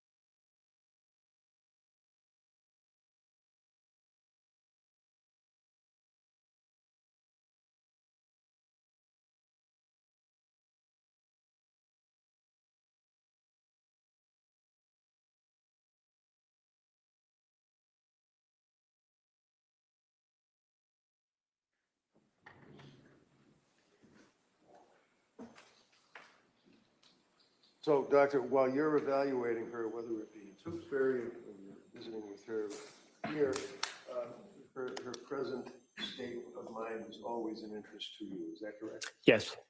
And in addition to all of the police reports, grand jury minutes, photographs, and things that you've described for us, sir, have you also had occasion to review all of the medical records without going through every one of them, dealing with Jennifer Tufts, Gelada, drugs that were prescribed to her, et cetera? Yes. Were you able to take a family history and a school history from Lindsay? Yes. Were you able to take a medical history from Lindsay? Yes.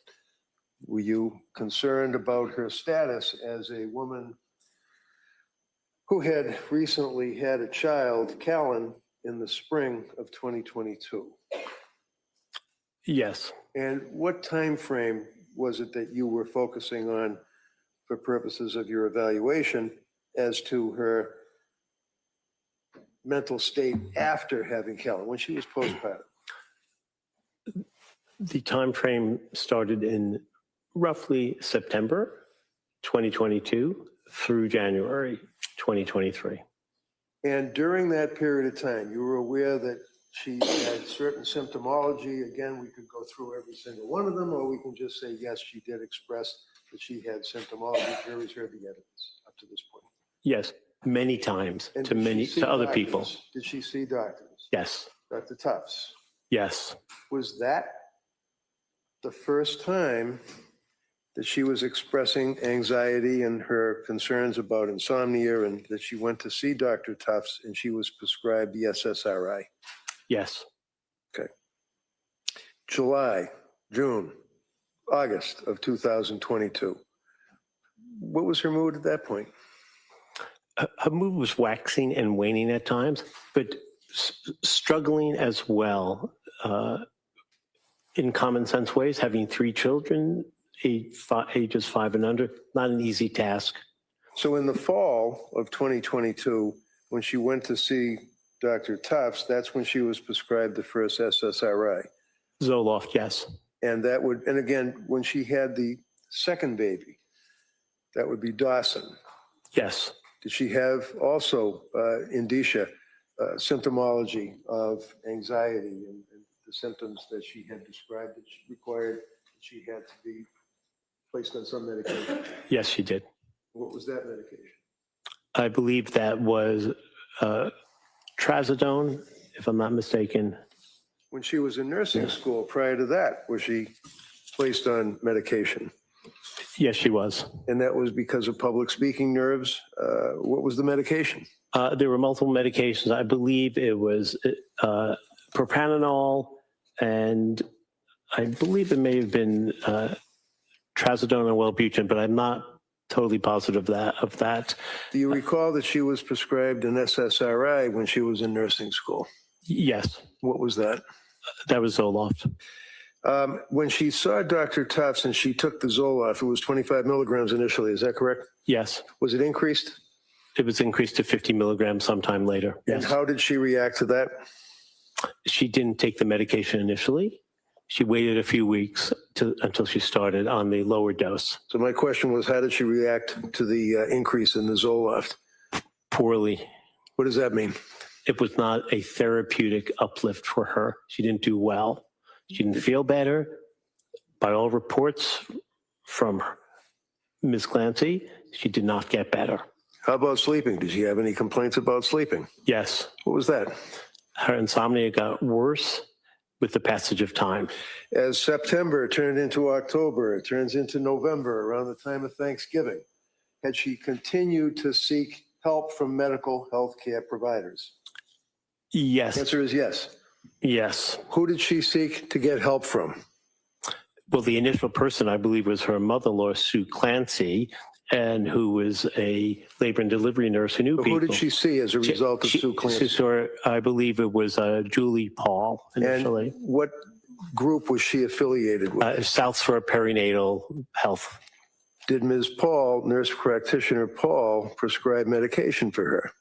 Yes, And did she continue to deal with South Shore perinatal? yes, When, at some point, did she stop dealing shortly, a short period of time, with nurse practitioner Paul? yes. Nurse But- Paul left. And why was that? She got a transferred position. It had nothing to do with her patient load or So she was transferred. she was transferred. Okay. Yes. So as a short period of time, she was transferred. Who was the next person that she dealt with? Rebecca Gelada. Did Rebecca Gelada have a particular position? Was she a nurse practitioner? Yes. And how long did she deal with Rebecca Gelada? 3 appointments. And during that period of time with Rebecca Gelada, was she prescribed medication? Yes. What was the medication? I believe it was Seroquel. How did she react to that? Poorly. And as time went by, going into the holiday season, Thanksgiving, do you recall what her symptomology and complaints were to the healthcare providers at that point, whether it be Tufts or Gelada, anybody? Yes. What were they? She had many concerns about her health. She wasn't feeling well. She felt out of touch with herself. She felt numb. She experienced disassociation. All right, stop right there. What is disassociation? Disassociation is a psychological construct that means you feel removed from your body. You don't feel in touch with your body. You feel different than the way you normally do. You look back at your life and you say, something is wrong with me. I'm not feeling the way I normally do. Did she express, for example, when the jurors looked at the medical records on November 27th of 2022 to nurse practitioner Gelada, that she felt that she was out of her body and that she had a disassociated state? Yes, and that's sometimes known as a depersonalization. You feel removed from your body. You feel removed. You feel as if you are not in your full body. Now, at that time, was she also complaining of other symptoms? And to cut to the chase, was she saying that she could not emote, she couldn't feel love, she couldn't feel happiness, she felt heavy, Yeah. she couldn't walk, she couldn't bathe, she had difficulty relating to people? Is that fair to say? Absolutely. She couldn't get out of the bed. She had total flattened affect. Did she then seek additional help? Yes. Where? She went to the, I believe, the emergency room initially at South Shore to go to Mass General. And did they prescribe additional medication for her? I believe they did, yes. Did she make any expressions to her treating physicians up to this point about what in her opinion, what the medications were doing to her? Yes. What did she say? She said she was in a brain fog. The medications were making things worse. They were not helping. They were not helping her. Now, as that time went on into the period of Thanksgiving up to around Christmas, did she continue to reach out to people for help, such as suicide hotlines? Yes, she reached out to. The answer is yes. Yes. Why did she call a suicide hotline? She was worried about killing herself. And did she get any help from the suicide hotline? She was turned away. How about the second time she called the suicide hotline? She was turned away. How about when she went to the Women and Infants program in Rhode Island? They told her she was not a good fit for the program. Why? Because she was overly medicated. And did she continue to seek help from healthcare providers? Yes. And what was the next thing that happened as far as dealing with healthcare providers for Lindsay in her postpartum stage? She went to the Mass General emergency room. What happened there? On 12:30, she said she needed to go to the hospital. She was at the emergency room. She was sent to McLean Hospital in Belmont. It's a Harvard-affiliated hospital. Now that McLean Hospital, when you say was sent to, they're to say that even though they had to transport her, it was a voluntary commitment? Yes. And what was her state of mind that caused her to have a voluntary commitment to the locked wards of McLean Hospital? She was worried about killing herself, and she uttered concerns about killing her children. How about, did she relate any intrusive thoughts, dark thoughts, things of that nature during this period of time, October, November, December? Yes. Tell me about that. She said she had, quote, horrible thoughts, unquote. She felt that people could actually hear her thoughts. The thoughts were so loud that strangers could hear them. Did Sometimes. she express at that point, for example, that she was concerned about school teachers with the Little Sprouts school with the kids, that they could read her thoughts and that she would lose custody? Yes, it's called ideas of reference. You believe other people can hear what you're thinking, and that can have a very negative interpretation for the person believing that, feeling that, and thinking that the outcome is going to be a negative one, that their children may be relieved from their care. Now, as it relates to the concept of a psychosis, can you tell me in 25 words or less what a psychosis is? A psychosis is what's considered a major mental health disorder. It's when people have disorganized thinking, and the symptoms most typically are hallucinations. There are different types of hallucinations. 80% of people with psychoses hear voices. There are different types of voices that one can hear. Benign, get a glass of water. Benevolent, you're a good person, keep it up. Or malevolent, threatening them, telling them ordering them to do something horrible, and you believe those voices. Now, during that period of time, when she got out of the McLean Hospital, what medication was she titrating or getting off of? I believe she's getting off the Seroquel. Was she able to do that? Yes. Relating back to November 27th with the dissociative state, is that an indicia, is that an indication or a harbinger of psychosis? Yes. And this is psychosis, is that something that somebody would be suffering from a psychosis for a month at a time, 2 months at a time, or is that short periods, or how does that work? People with psychoses have intermittent symptoms. They can function fine one day, and the next day they can be hearing voices. They could be seeing things, feeling things, smelling things. To be clear, those additional types of hallucinations did not plague Ms. Clancy. She only had auditory hallucinations, but hallucinations are like the waves at the beach. They come and go. They're called waxing and waning? Yes. And would you tell me, doctor, in your opinion, is an individual, and we refer to postpartum psychosis, is that a particular affliction that afflicts women that have had babies and they go through a period of postpartum depression and then ultimately postpartum psychosis? Yes. Can you tell us, is a person, even if they are in the throes of psychosis, are they able to make a phone call? Yes, they can. Are they able to drive a car? Yes. Are they able to say, hi, how are you? I'd like to have a hot dog? Yes. They don't have to look at the unicorn in the corner, right? That's correct. Mr. Rington, it's 4 o'clock. So it's a good time to. Sure. All right. So members of the jury, we're going to recess until tomorrow morning. I would expect our schedule tomorrow will be similar to the schedule we had today, hopefully without the technology issues. And I'm just going to remind everybody the same instructions. Don't read anything about this case or similar cases. Don't talk about it. Don't listen to anything. And keep an open mind. Go home. Have a nice evening. We'll see you tomorrow morning, 9 o'clock. Okay? All rise, please. Jurors exit.